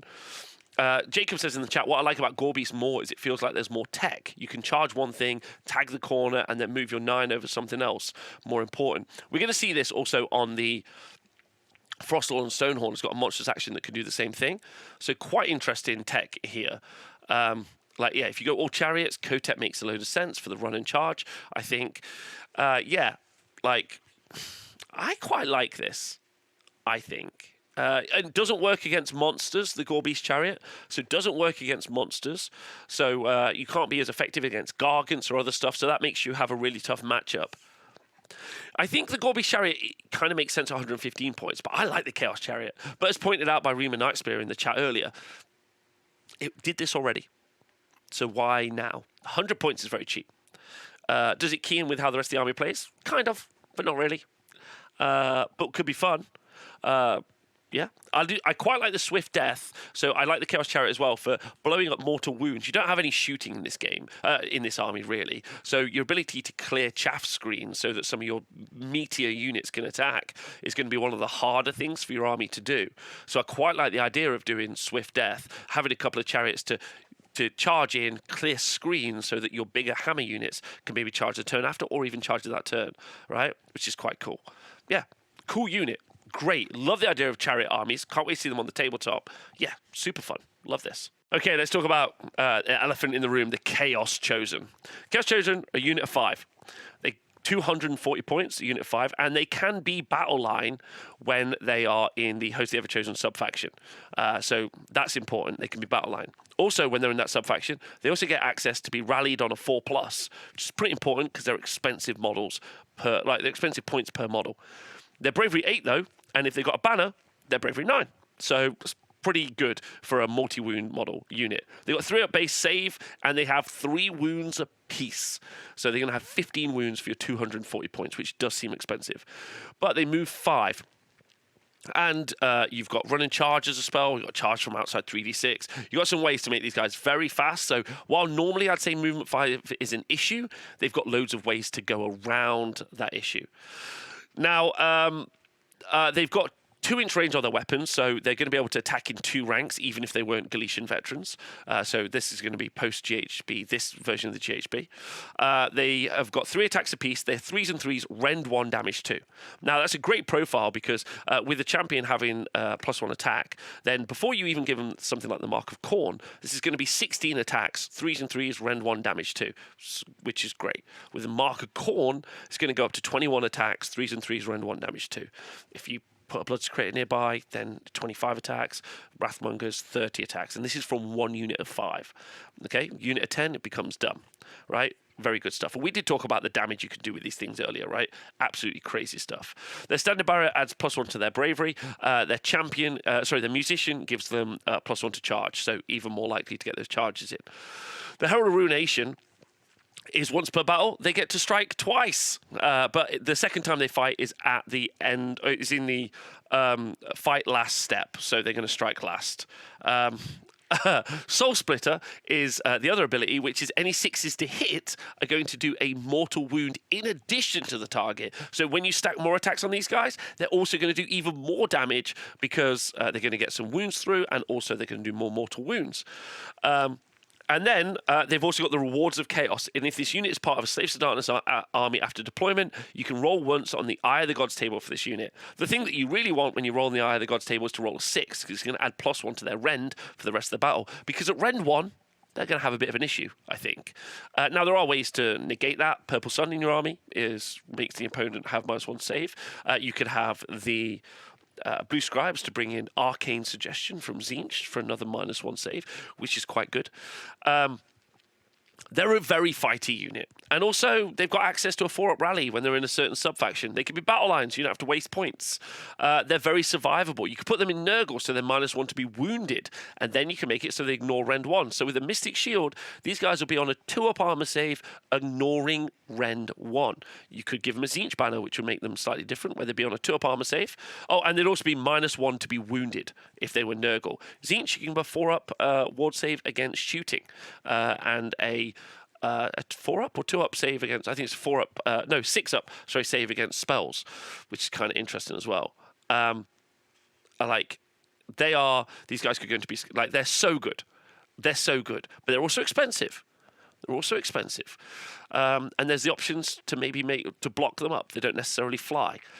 This is kind of an interesting one. I do feel like the screens that maybe the opponent army can fight. I'm just thinking about that command ability we talked about earlier. Not the command ability. The artifacts that we saw earlier, where 1 or 2 wound models aren't going to count on objectives, and then these guys just beating everything else up. Very interesting. A great unit, loads of output, access to loads of buffs. You can really kit them out in a million ways. The miniatures are fantastic. Yeah, really good. Like Chaos Warriors, Chaos Knights, and these guys, you've got some real options. Even the Theridons, really. You've got some real options for melee output, and you can do some dumb damage with these guys. If you go really big. If you wanted to, you could commit. You can make a battle line, and you can have 15 of these guys. It's going to be more than 720 points or something of an army. But you're going to do such output. And then they can have rally on a 4+, and they can fight twice. They can have +1 to hit, +1 to wound. Like, they can have a lot of attacks. Yeah, it's also a quarter of your army, yeah. So like, the Chaos Chosen are an interesting one because they've made an elite unit. They've given them an elite price tag. Let's see what they do in games, right? That's going to be very interesting. Love the Chaos Chosen. Really cool unit. Okay, Chaos Knights. Chaos Knights are kind of interesting because they kind of fit in the same place as Chaos Chosen, but these are the mobile version. Okay, so you get a unit of 5, and they cost 230 points. 230 points. They move 10 inches, and they've got 3 wounds apiece on a 3-up armor save. So you're going to get 15 wounds for your 230 points. But they're much more mobile than your Chaos Chosen. Now, you're going to take them with lances, and you're going to have a champ, and you're definitely going to give him the Ensorcelled Warhammer. The Cursed Lance is 2-inch range. It's got 3 attacks, 4s and 3s, rend 1, damage 1. But on the charge, it goes to rend 2, damage 2, and when this unit makes a charge move with a Cursed Lance, instead of using the range characteristic, you basically can fight in 2 ranks. You can fight with models that are within half an inch of a model that's within half an inch of the enemy model. So you can kind of we call it fighting in 2 ranks, specifically half an inch of a model within half an inch, to be specific. That's the Riders of Doom ability. They got a 5-up ward save against mortal wounds. Now, some of the key bits here is their standard bearer gives them +1 to their bravery, so their bravery 8. The champion gets +1 attack onto his weapons, and you can take the ensorcelled weapon. The key part here is got to be the musician. The Hornblower means that when you do a charge roll, you get to change one of the dice to a 4, which means you always guarantee a 5-inch charge, which means these guys automatically have a 15-inch threat range. Before you even talk about giving them run and charge, you charge a 3d6-inch charge spell. And then it just becomes the universal question with this unit is, do you want to give them more attacks with the Mark of Khorne and the Khorne banner for +1 to wound, or do you want to give them the Mark of Nurgle, make them -1 to be wounded, and give them the -1 rend banner? Do you want to use this unit to run up the board, pin your opponent back, and make it so that they don't get out of their deployment? Or do you want this unit to be fast and just do an incredible amount of damage? Like, you really have a load of choices with this unit, which is quite interesting. It's a powerful, 12-inch banner on the Knights is like half the map. If you're doing the Nurgle banner, it's very, very wide. So just a really fascinating unit. You can give it loads of buffs. Also, don't forget, if you're taking a Chaos Lord on Karkadrak or Chaos Lord on Demonic Mount, they can strike first, and then these guys also get strike first as well immediately after. The Chaos Knights can potentially supersede some of the All Strikes Last effects or some of the All Strikes First effects in your opponent's army. So very, very interesting. Fast, mobile, lots of output. Now, their only downside maybe is that they hit on 4s from the to hit buff. And that's maybe the biggest issue, but if that's the only one, you can give them a 6-up flat ward save from the Warshrine or from Oracular Visions. You can still give them +1 to wound rolls if you Warshrine them, or +1/1 for Oracular in the Nurgle unit. Yeah, so you can be like, I'm going to have the Nurgle unit, but I'm going to give them +1 to hit into wound from Demonic Power from the Chaos Sorcerer Lord. You've got so many options on how you want to, like, do you want to make them more fighty, do you want to make them more tanky, or you can kind of like synergize the two. Mystic Shield on these guys would also be great. So yeah, they're very much like Chaos Chosen, slightly different, and maybe you could just use them in different ways, or you can mix it around. Great unit, great models, great unit. Okay, now I've said the word spicy several times in this show. Yeah, spicy. But Chaos Warriors are spicy. They're 220 points for a unit of 10. They have 2 wounds each on a 3-up armor save, and they move 5 inches. They're Bravery 7, but their banner is going to give them +1 to their Bravery, so they're going to be Bravery 8. Their champion is +1 to their attacks profile, just for the champion. The musician is +1 to their charges. They get to add 1 to the attacks characteristic of this unit's melee weapons while it's wholly within the enemy territory or wholly within 12 inches of an objective that you do not control. So if you manage to get to the other side of the board via a teleport, let's say that's pretty fun. Then you know, you're going to add +1 to the attack profile, and or if you're trying to charge an objective you don't control, they're going to have +1. They also got a 5-up save against mortal wounds. Their profile is either the murderous weapons, which have got 1-inch range, 2 attacks, 3s and 3s, rend 1, damage 1, or the halberds, which are 2-inch range with 2 attacks each, 4s and 3s, rend 1, damage 1. So unit of 10 is going to have 21 attacks, which could hit on 4s, 3s, rend 1, damage 1. Like, the halberds are probably going to be more effective because you're going to get to attack from more ranks. I know that's not true in the Galician battle pack that we're currently running, but in the next GHB, I imagine that goes away, and maybe the halberds are more effective. Either way, the thing that they do is going to be having 20 wounds on a 3-up armor save, okay, for 220 points. That's crazy. With a Mystic Shield or just all-out defense, it's going to be a 2-up armor save, and I know I've said this a lot, but this is where you're going to take a banner. You're going to take a banner, and these guys are going to be the mark of Nurgle. They're going to be the mark of Nurgle, and they are going to be -1 to be wounded. And then they're going to have the banner that reduces rend by 1. So with an all-out defense, if you've only got rend 1, these guys are going to have 20 wounds on a 2-up armor save. Okay? And then you can take them in a subfaction, and they're going to rally on a 4+. You are never, ever going to kill 20 of these.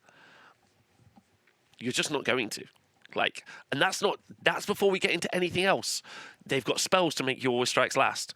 They've got chariots that charge in and do mortal wounds. They've got a Nurgle Demon Prince nearby to make sure that they do not, well, he's probably going to fly, so maybe not, but if he's got the rack version, he's going to make it so that you are immune to battle shock, or he's going to charge in and your opponent is going to get ward saves. They're going to have +1 to hit and wound from demonic power, but probably not. They might have a +1 to wound if they're Nurgle from the Warshrine. Probably not as well, because Warshrine's probably too much. They could have a 6-up ward in addition from just either the Warshrine or from Oracular Visions. Like, they are the ultimate primary objective holder. They're going to walk into the middle of the board, hold objective, and be like, this is mine. That's not even if you're talking about, let's say, a Demon Prince who's got the artifact that means that opposing units aren't going to count for opposing units of 1 or 2 wounds won't even count for controlling objectives. Amazing. And they're your battle line.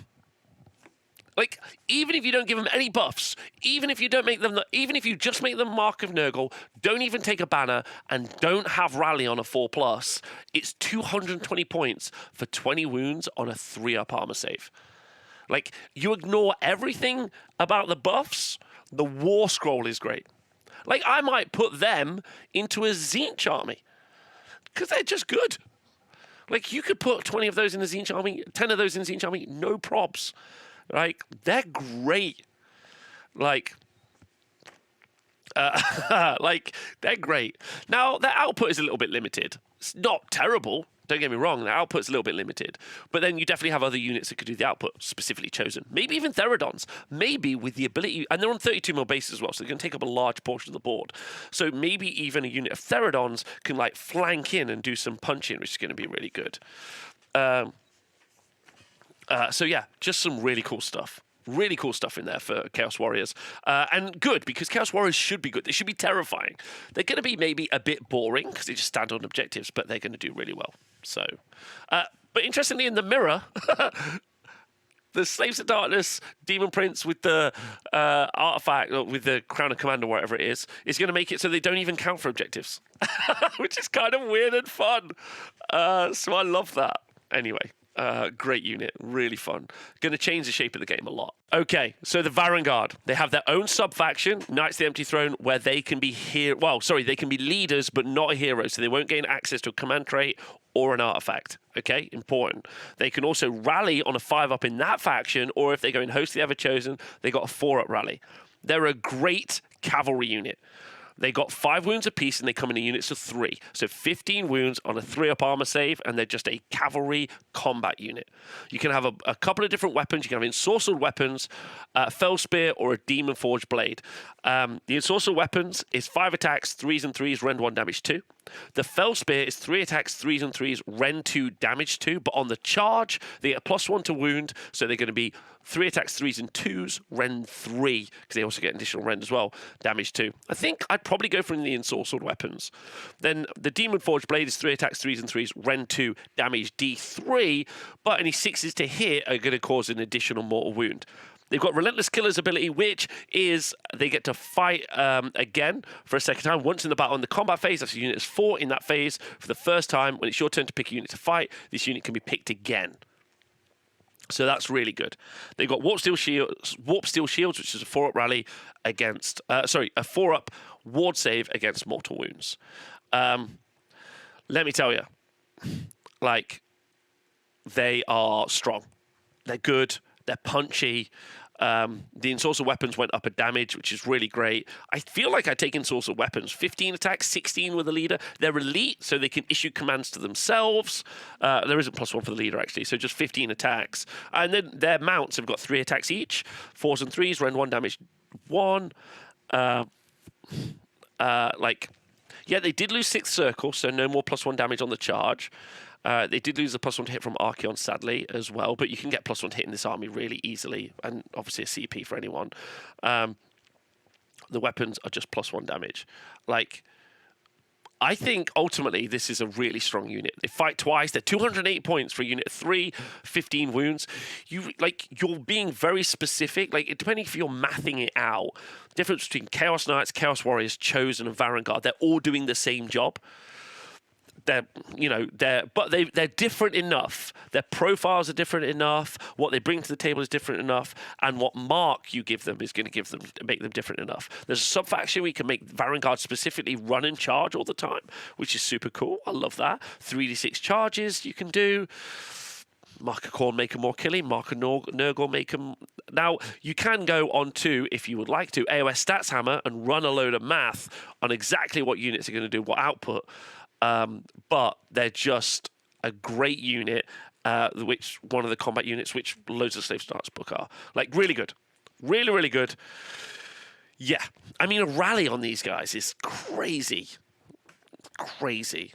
So, yeah, I absolutely love these. Yeah, great unit. Okay, we're on to the Soulgrinder. Now, the chat have described this as the ugliest model in the history of time, and I agree.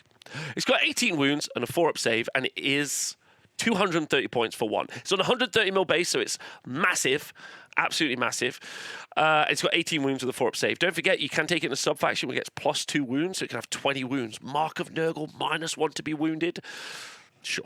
You can also have it so that you take the Demon Prince and you heal everything with the monster keyword 3. So you can take 4 of them for 1,000 points, a Demon Prince, and heal them all 3, and just push it forward like a meat wall that never moves, which is fun. Then it's got a range of weapons, all of which are rubbish. It's got Harvested Cannon, which has got 6 shots that do 1 damage. It's got Phlegm Bombardment, which sounds hilarious, which is 1 attack, but it's damage. It's Rend 2 and it's damage 3, but it hits on a 4. It's got Piston-Driven Legs, which is 6 attacks that hit on 4s, which is damage 2. And then it's got either a Warp Metal Blade or a Demon Blade Talon, which is kind of varies between hitting on 4 and having Rend 2, or hitting on a 3 and being Rend 1. But the spice is the Hellforged Claw.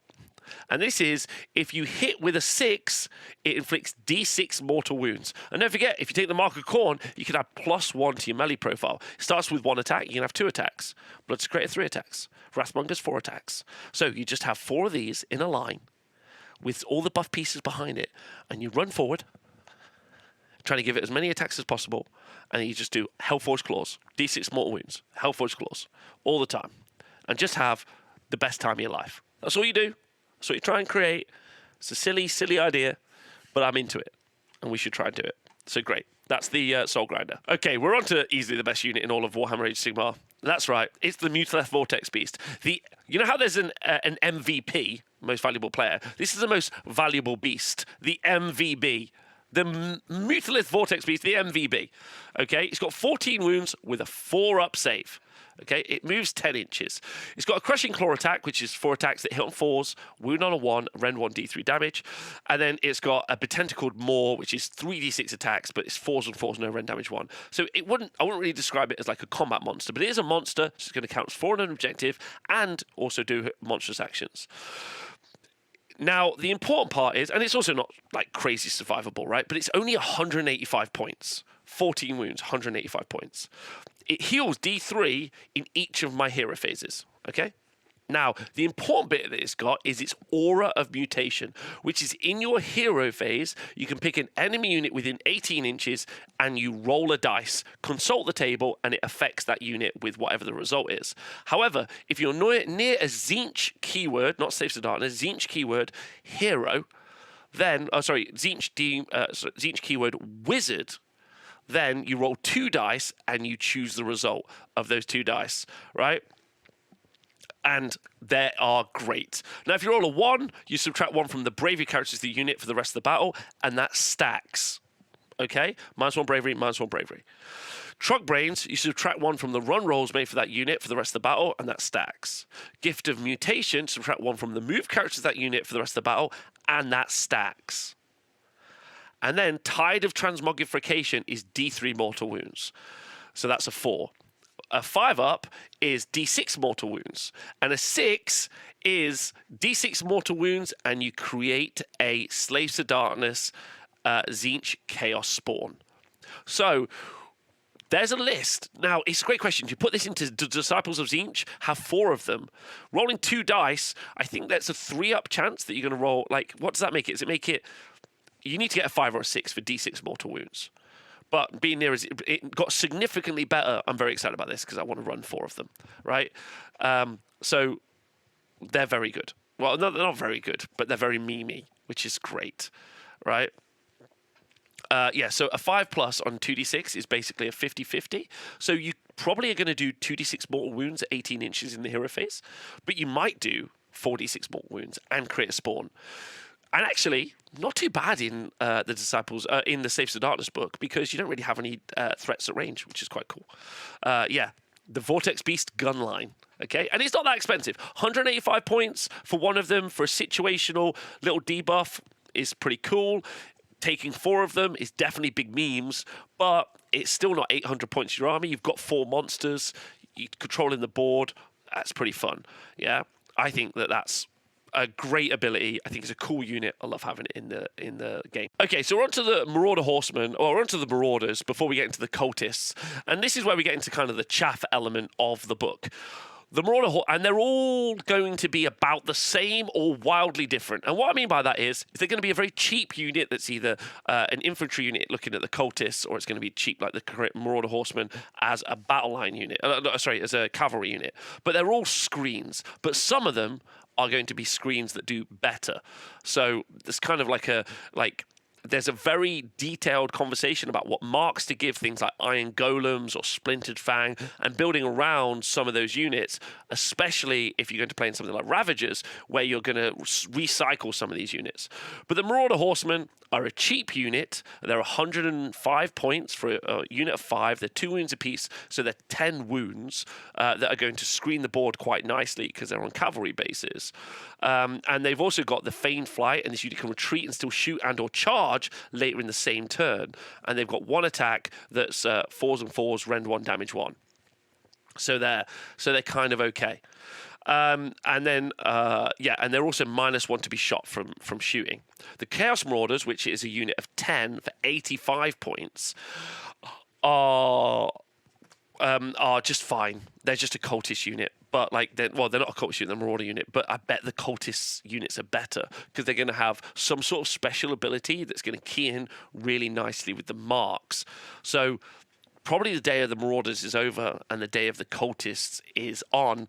If you, for some reason, get a Mutilith Vortex Beast kit in your hands and then you think, I'll build a Slaughter Brute, I hate you. But if you decide to take a Slaughter Brute, which you can if you want to, then you'll get a 14 wound monster with a 4-up armor save that moves 10 inches. His weapon profile is the worst thing I've ever seen. Ever. He then can be bonded to a master, and when you set this unit to be part of your Slaves to Darkness Slaves to Darkness army, he gets bonded to a hero. If you want to, you can make this thing charge 3d6 out from outside of 18 inches instead of 2d6, but it's going to cost you a command point. Okay, he's also got Leave None Alive, which is a command ability, so he fights at the top bracket, and his top bracket is this: 8 attacks, hitting on 4s, wound on 3s, rend 1, damage D3. He's got Mighty Jaws, which are 2 attacks that hit on 4s, wound on a 1, that have no rend and a damage 3. And then that's it. And he's 185 points, 75 points. I'm out. That's all I'm going to say. Rend 1, damage D3. He is atrocious in every way. That's my most negative review, and I'm sorry about that. Okay. How is he so weak? It's a great question. Okay, so the only thing that we haven't yet got access to as rules is the cultist stuff. Now, the cultist stuff is, there's some like playtest leaks, but I'm not 100% certain about those because I haven't seen the paper, so I'm not going to update them. I'm not going to review them right now. So it is an incomplete review, and I'm sorry. And as soon as I do get access to them, I will look at them. But ultimately, they're going to fill the cheap battle line role in the army. They're going to tie in really well with the cultist sub-faction. The Mark of Khorne or Nurgle or any of those is going to come in really key with them, especially if Splinter Fang keep the same stuff. Iron Golems could be quite interesting. Ultimately, what they're going to be is very cheap screens that maybe have some utility for the very punchy, good quality pieces of like Varanguard, Chaos Knights, and some of the other stuff. Overall, as a review for the book, I think that the book is going to be very good. It's going to get pitched in at an S tier. It's going to get pitched in as an S tier book. It doesn't have some utility. It doesn't have the ability to maybe clear screens before its big combat charges. So things like Blissbarb Archers as allies might be really useful. It doesn't have also the ability to reach out and kill key characters at the back of the board, which is going to be something you need to address as well in an army. Ultimately, I think you're going to be able to build meme lists, strong lists, great lists. You're going to be able to win tournaments. You're going to be able to try and get as many Daemon Princes as you can. Be a Mortalith Vortex Beast bro.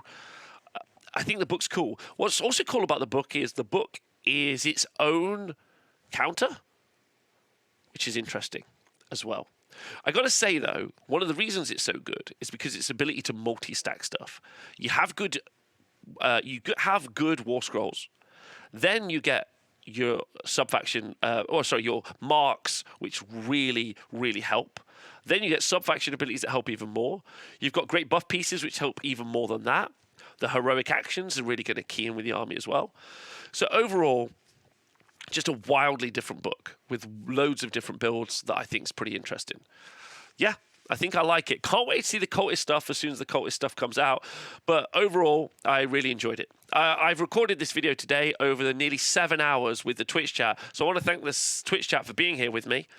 I then also want to thank everyone who's ever supported the show, like on my Patreon. So if you want to help support me on Patreon, then I'm not going to argue about that. So there we go.